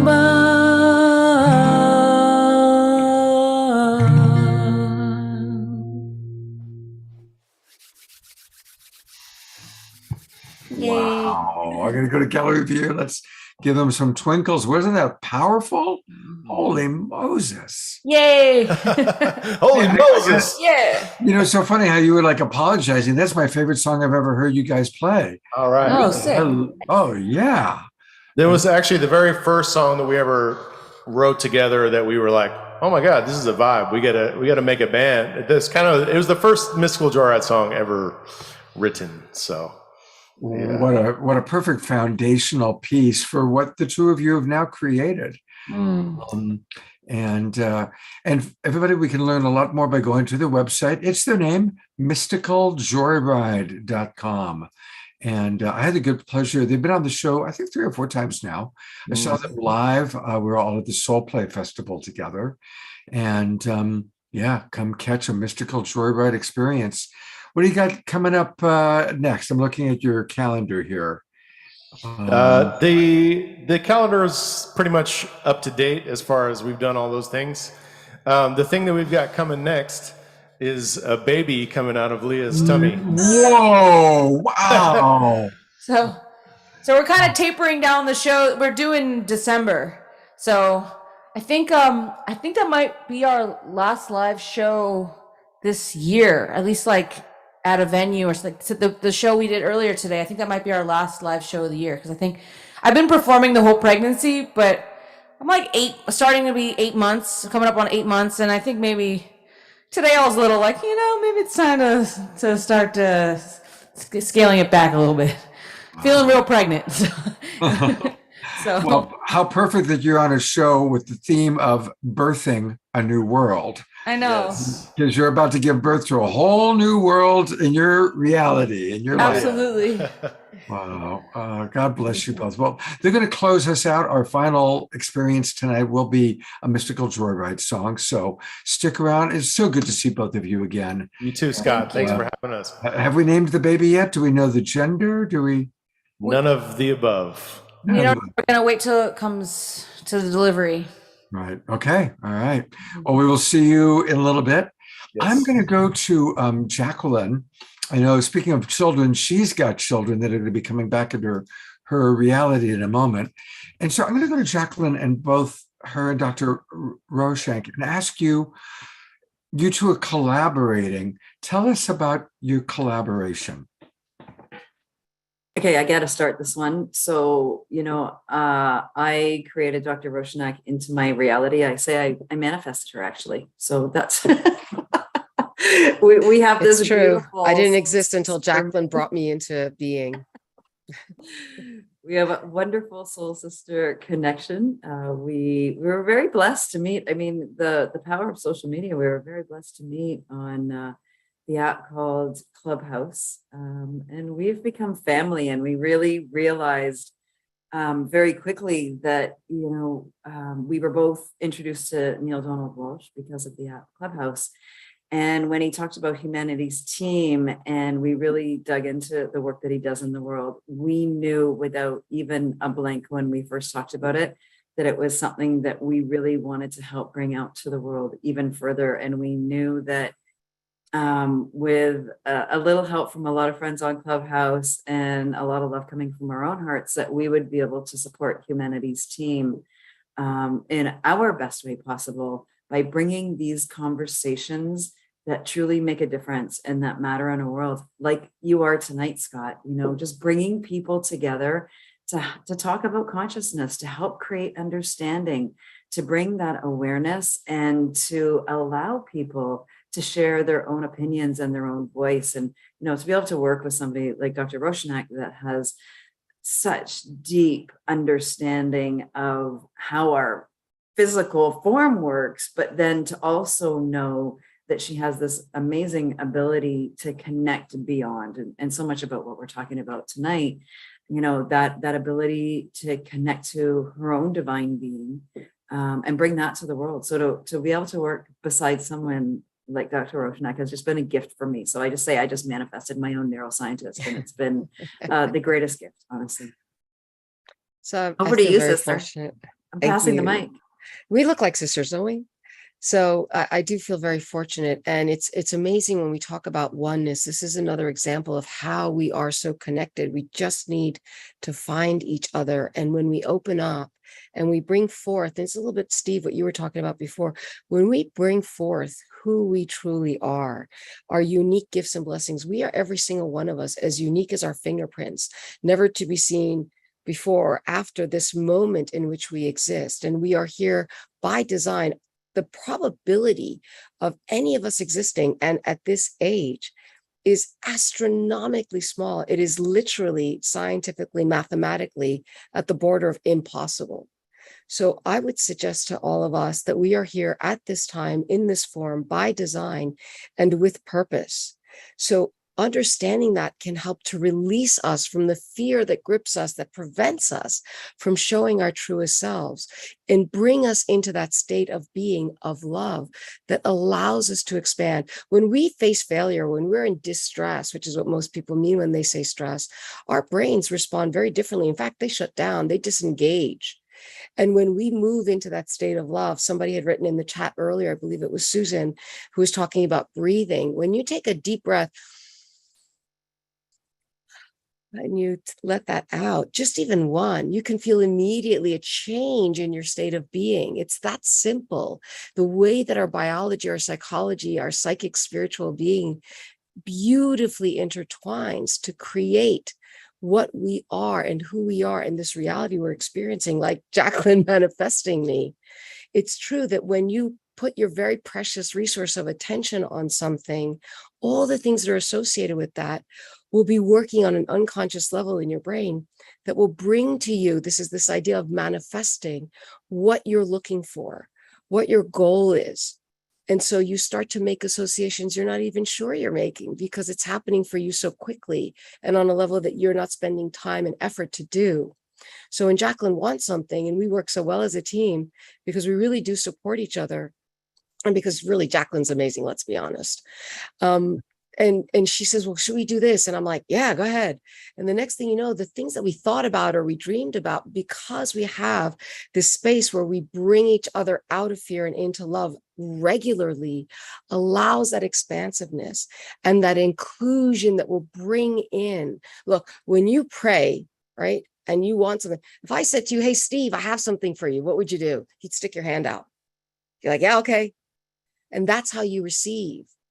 And when you're wanting to give, what do? The same thing. You open your hand. And when we pray, we're praying for something. And yet when we're in fear, if you pray for something, if you want something out of fear, what does fear do to us biologically, physically? We close up, we tighten up, we shut down. How are you going to receive when you're like this? You can't, it'll just bounce right off of you. You are not in that flow of abundance. And if you are also in fear and you receive, but you don't give, like any container, you will start to deform until you explode. You just break down. It doesn't work. So for us to be in that state is for us to be open to that flow of abundance that allows us to receive with grace and also then to deliver with grace that which we have. So I would say Jacqueline is excellent at allowing me to also move through that flow of abundance that then, as she had so beautifully said before, allows this ripple effect. We have so many examples in science that show that when we are in a better state, we are kinder, we're more compassionate, we're more understanding, we're more patient. You know that when you feel good, what happens? Things happen, you go, it's okay.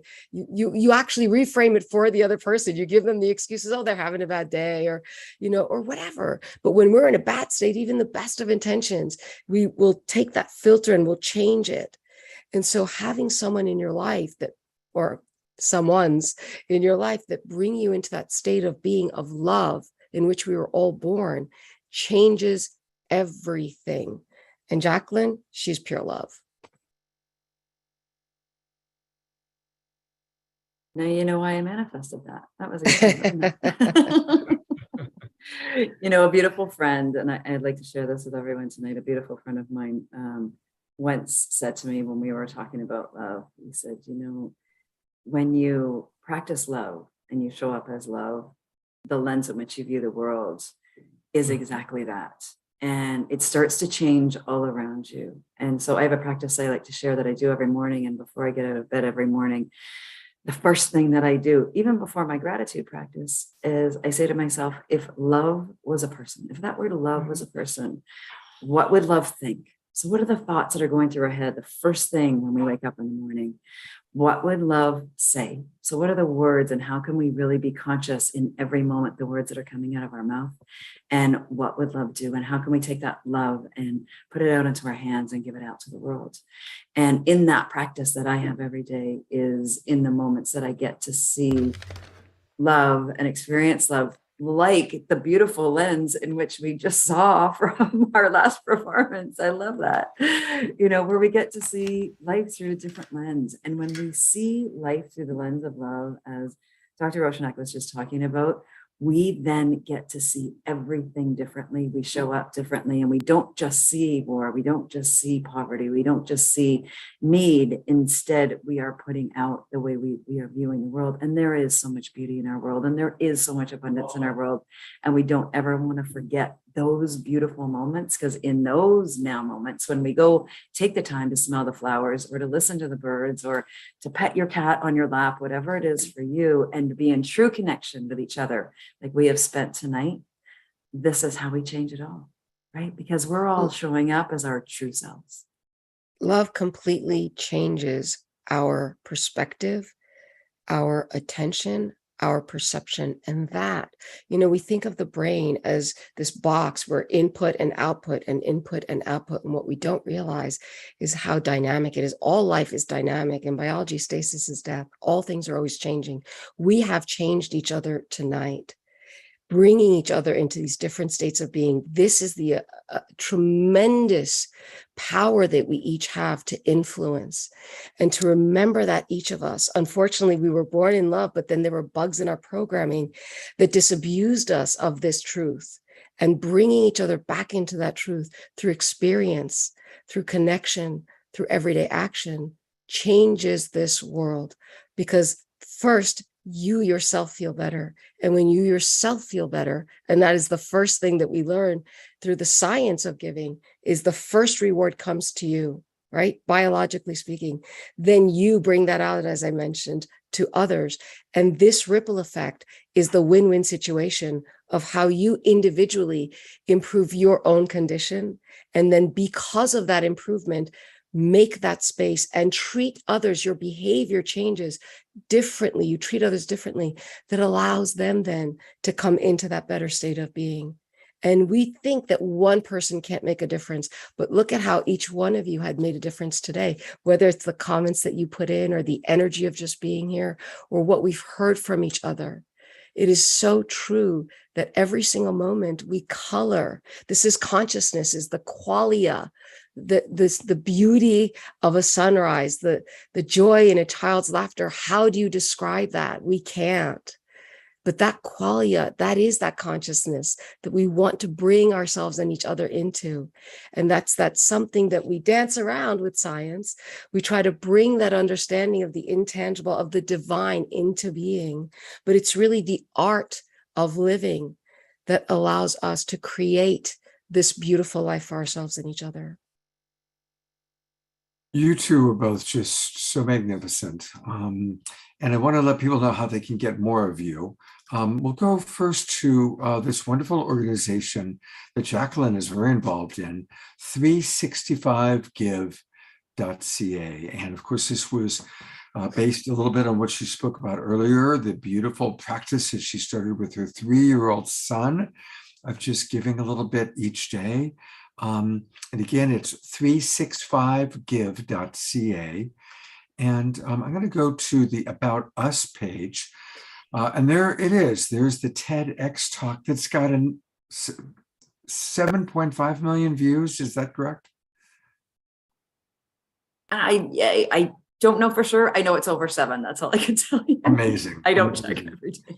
So anything you want for us to know about 365 Give today, Jacqueline? You know, I'm just going to say, everybody, look at it as your own intentional practice of love each and every day. You know, when you take that time, you make it your own practice. Most of all, as Dr. Roshan just said, it will change you. And that's where it starts. And when we start to create that change in ourselves, that's the best that we can put out to the world. And, you know, after practicing giving for 365 days, I can promise you it will change the way you look at the world, and you'll see what's possible. And you will know for yourself that we have the ability to create the happy, healthier world that we all want to live in for not only today, but for generations to come. Thank you so much, Scott, for having me tonight. Thank you so much for being with us. And I would love to have you on the show again, and let's definitely talk about that. There's more I'd love to share with you. And our other wonderful Dr. Rose Shank here, I just pulled up what you asked me to. So this is, I love the title of your work, Access to the Path. Beautiful. Yeah. And so people can learn all about you by going to Societap. That's kind of similar to Linktree. Is there a particular one of these little boxes you'd like me to click on? Well, I mean, it's just showing the different ways in which you can connect with me. I do so many different things. I do have some videos out on YouTube and some programs out, and I am a speaker. I also have a website that is now being revamped. So if you want to click on accesstothepath.com, then you can read a little bit more about me and connect with me, get a complimentary consultation. The work that I do, as you see, is really based on 2 pillars. One is science and the other is spirituality. So using all that we have in the quantitative and the objective form of science and putting that into the context of the qualitative, emotional intelligence, spiritual intelligence, it gives the context that we need in order to be able to know how to use that knowledge, because knowledge itself is information is something we're drowning in. Information that's usable is knowledge. Knowledge that we know how to use with context, that gives us real tools that will allow us to move forward with strategies that help to improve our lives. Beautiful. And I do see, you mentioned it briefly, but that you provide coaching and consultation, and that you actually provide a free little complimentary consultation. Yes, I do. So tell us a little bit about the work that you most enjoy doing with people in your favorite demographic group. So, well, my favorite demographic group is I know you're not supposed to say this in business, but it's really everyone. But it tends to be,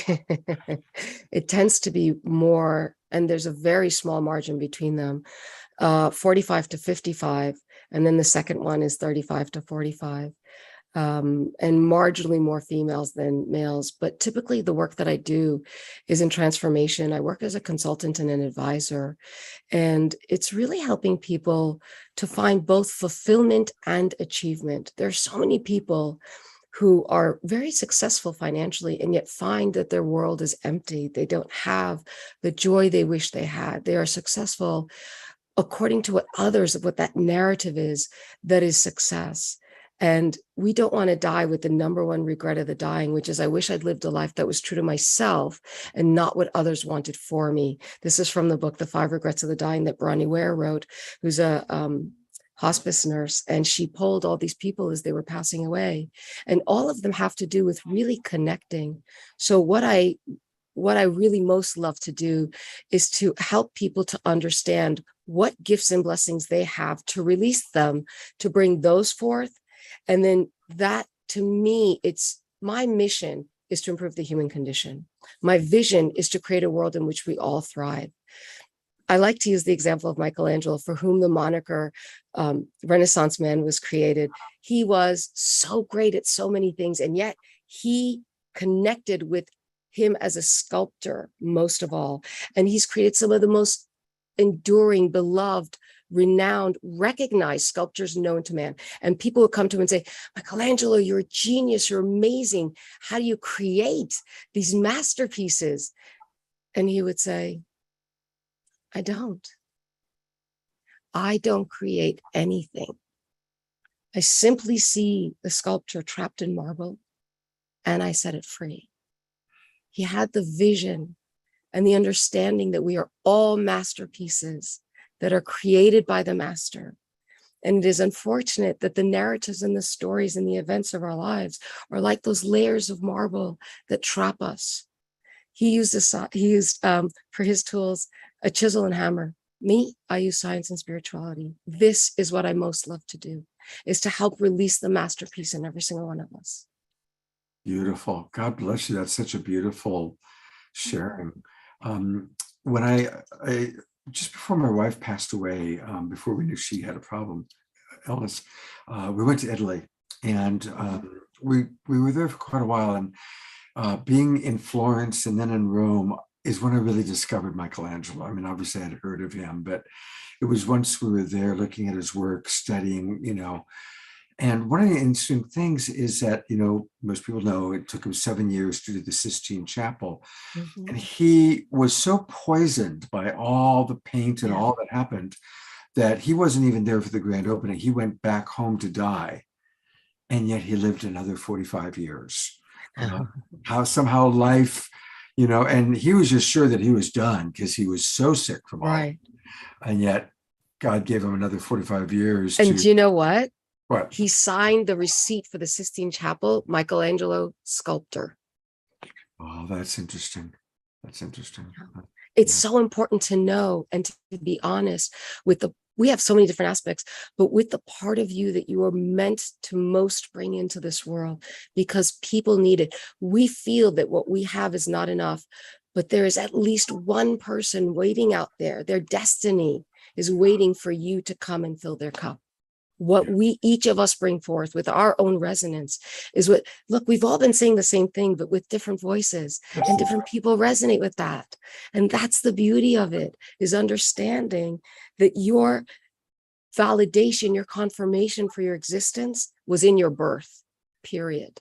Mm. Right? Beautiful.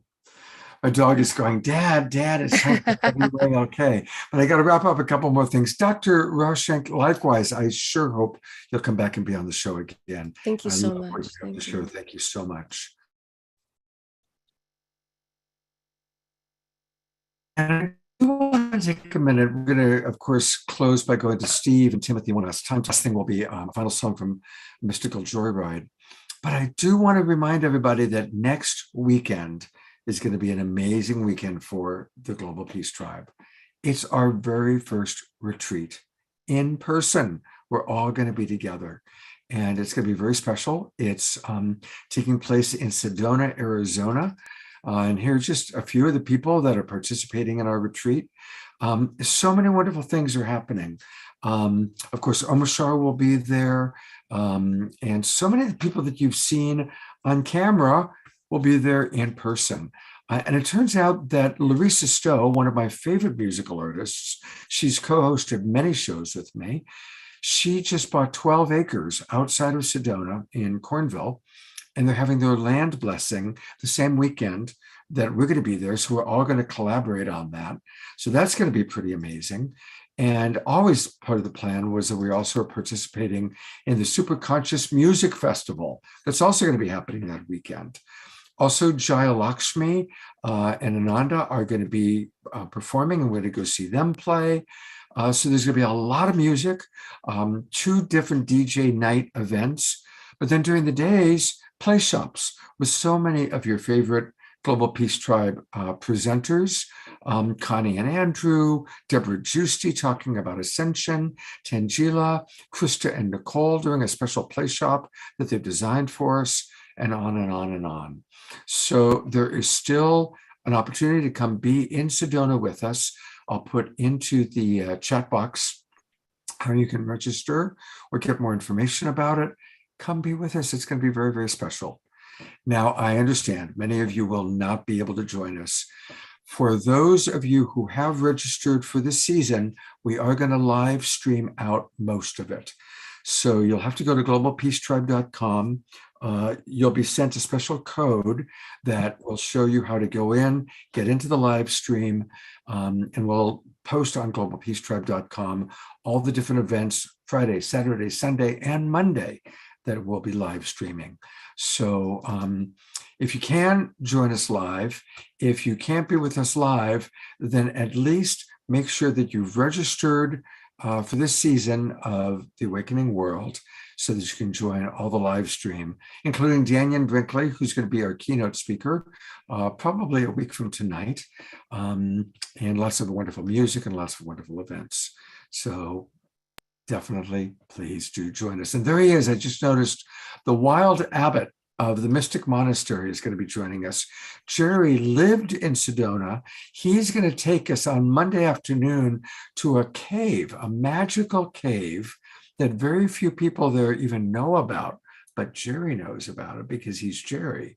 And he is the wild abbot of the Mystic Monastery. He's coming all the way to Sedona just to take us, well, to share the 4 days with us and to take us to the cave and to share his wonderful wisdom.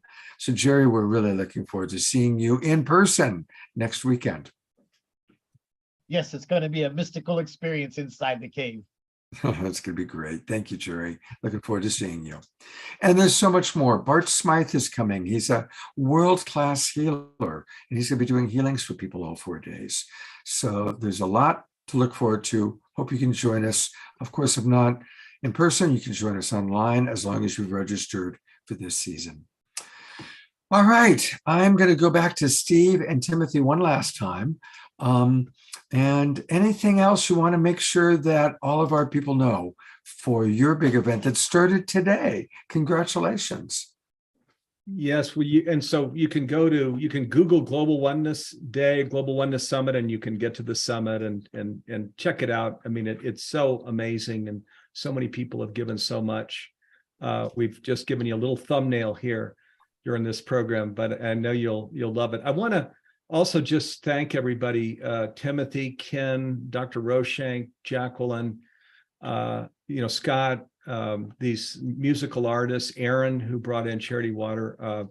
What a heart-opening experience this has been. And I want to just share in closing too of, boy, our one message really is even more probably about being an expression of love than even just oneness. And boy, don't let that music box die without giving it full expression is what I'd say.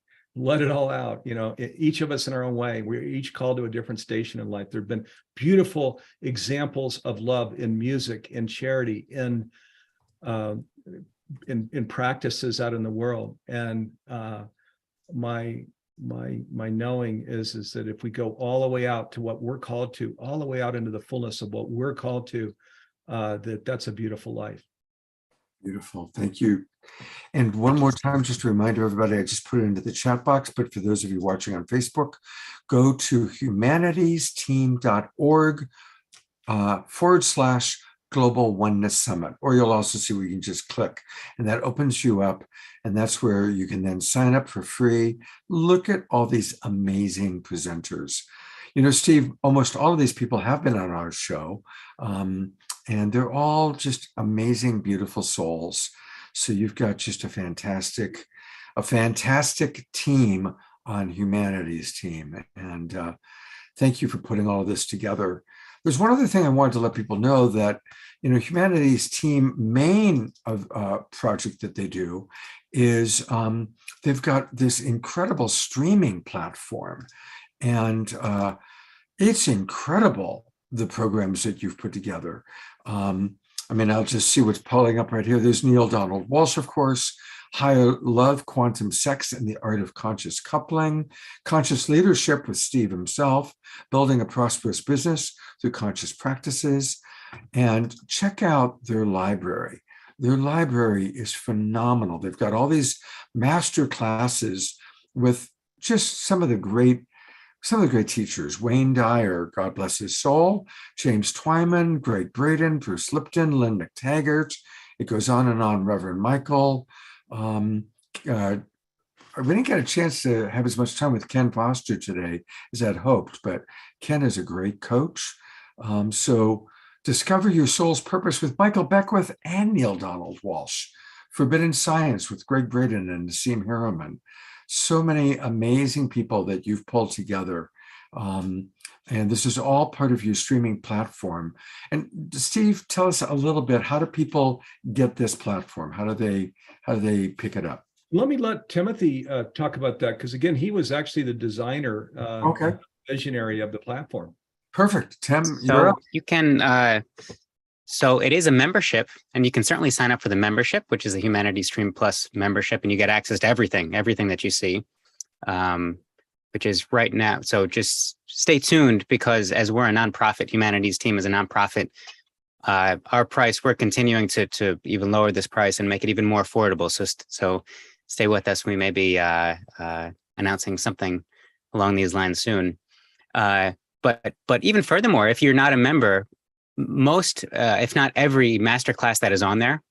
So if you go to humanitiesteam.org/stream, or you just search for Humanities Stream Plus, the first module is almost always unlocked. So if you see a program that you like, Discover Your Soul's Purpose with Michael Beckwith and Neale Donald Walsch, you can go and watch the first module right now for free. And this is the case for nearly all of the masterclasses. There are, I don't even know the numbers that we have right now, Steve. It might be in the hundreds of masterclasses that we have on there. Yeah, it's $1 a day, and in the hundreds. It's incredible. It's the best value in the industry. But we're a nonprofit, so again, we're trying to get price down, not up. Yes, and just browse around. See, you can. There's a search tool. You can search for your favorite speaker or your favorite topic and see all the videos that are there. And somebody in chat said it's essentially a Netflix for personal and spiritual development. That's Dr. Roshanak. So thank you for that. That's exactly what it is. It is in the day where streaming platforms are becoming more ubiquitous and nearly everyone has a subscription to something. Humanities Stream Plus is focused on the conscious journey and transformational education, so that when you sit down to watch at the end of the day or beginning of the day, whenever you watch something, you're watching something that is nourishing your soul and speaking to the wisdom, the eternal wisdom that is essential in this life. So this is just a piece. And please look. Just search Humanities Stream Plus. You can read about it and experience it for yourself. That's the best. Beautiful. Well, thank you, guys. I'm really grateful to have had you and your amazing core team with us. I'm looking forward to watching a lot of your programs over the next 10 days, and I know many of our audience will be as well. One last reminder, then we'll go to Mystical Joyride. Again, join us tomorrow morning for the Sacred Sunday show. It's going to be a really good one. Working with my good friend, Jonathan Robinson, one of my best friends. And then we've got Reverend Temple Hayes and a pre-record with Reverend Michael Beckwith talking about our master teachers. And if any of you don't know, Michael Temple are collaborating with a whole group of people in Los Angeles, and they're doing a musical about Paramahansa Yogananda, who's actually my master teacher.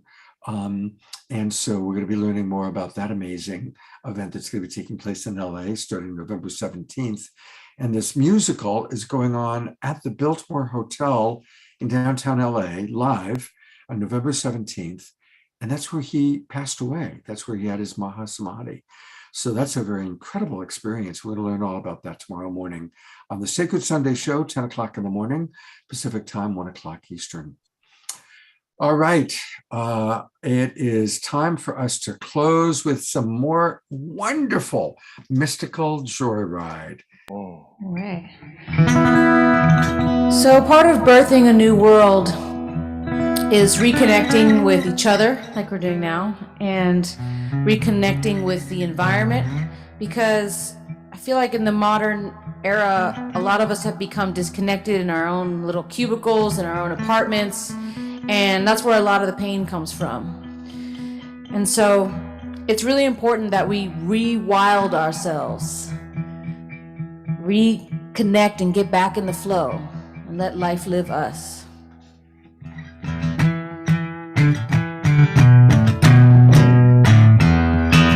Run through the wild, run through the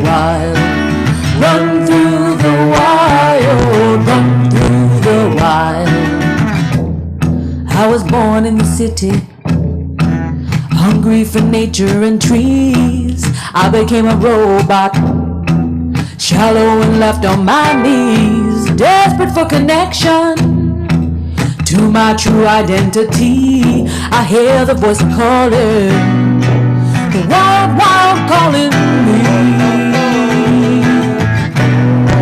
The wild, wild calling me. Yeah.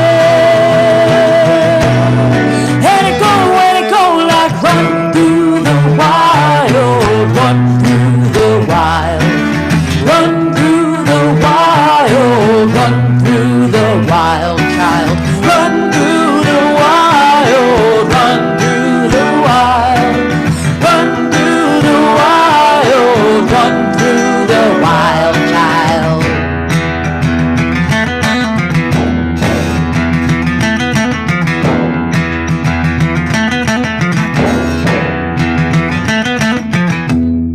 I tried to ignore it, afraid to explore it and see. I was running from the darkness, but that was where my heart is. All I know is I was going crazy, bleeding slow, and the wild keeps calling me. The wild keeps calling me, yeah. And it go like run through the wild, run through the wild, run through the wild, run through the wild child, run through the wild, run through the wild, yeah, run through the wild, run through the wild child.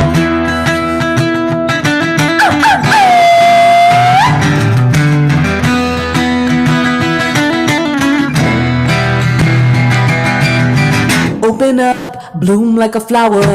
I'm a beast, primal power. Meditate, midnight hour. No shoes, yeah, meteor shower. Watch me run, run like a tiger, climb a tree. I'ma get higher, kiss the sky, third side wider, and many more, yeah, just like a spider. Watch me run, watch me run, watch me run, yeah. Watch me run, run, run through the wild.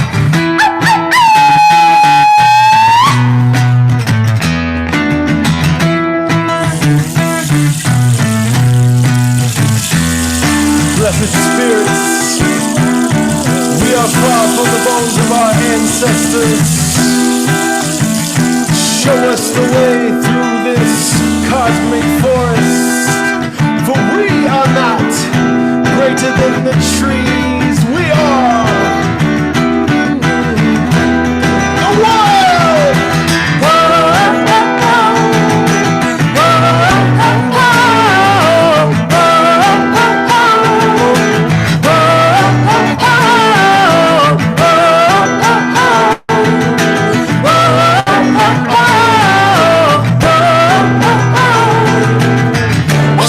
Watch me run through the wild.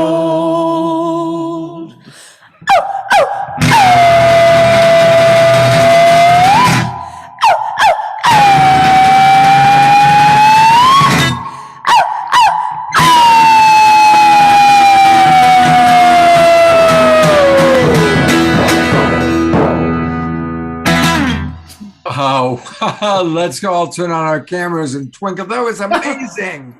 Yeah. And I love watching Eleanor Joy dancing up a storm there. Good job. She was amazing. Joy. And fantastic job, Mystical.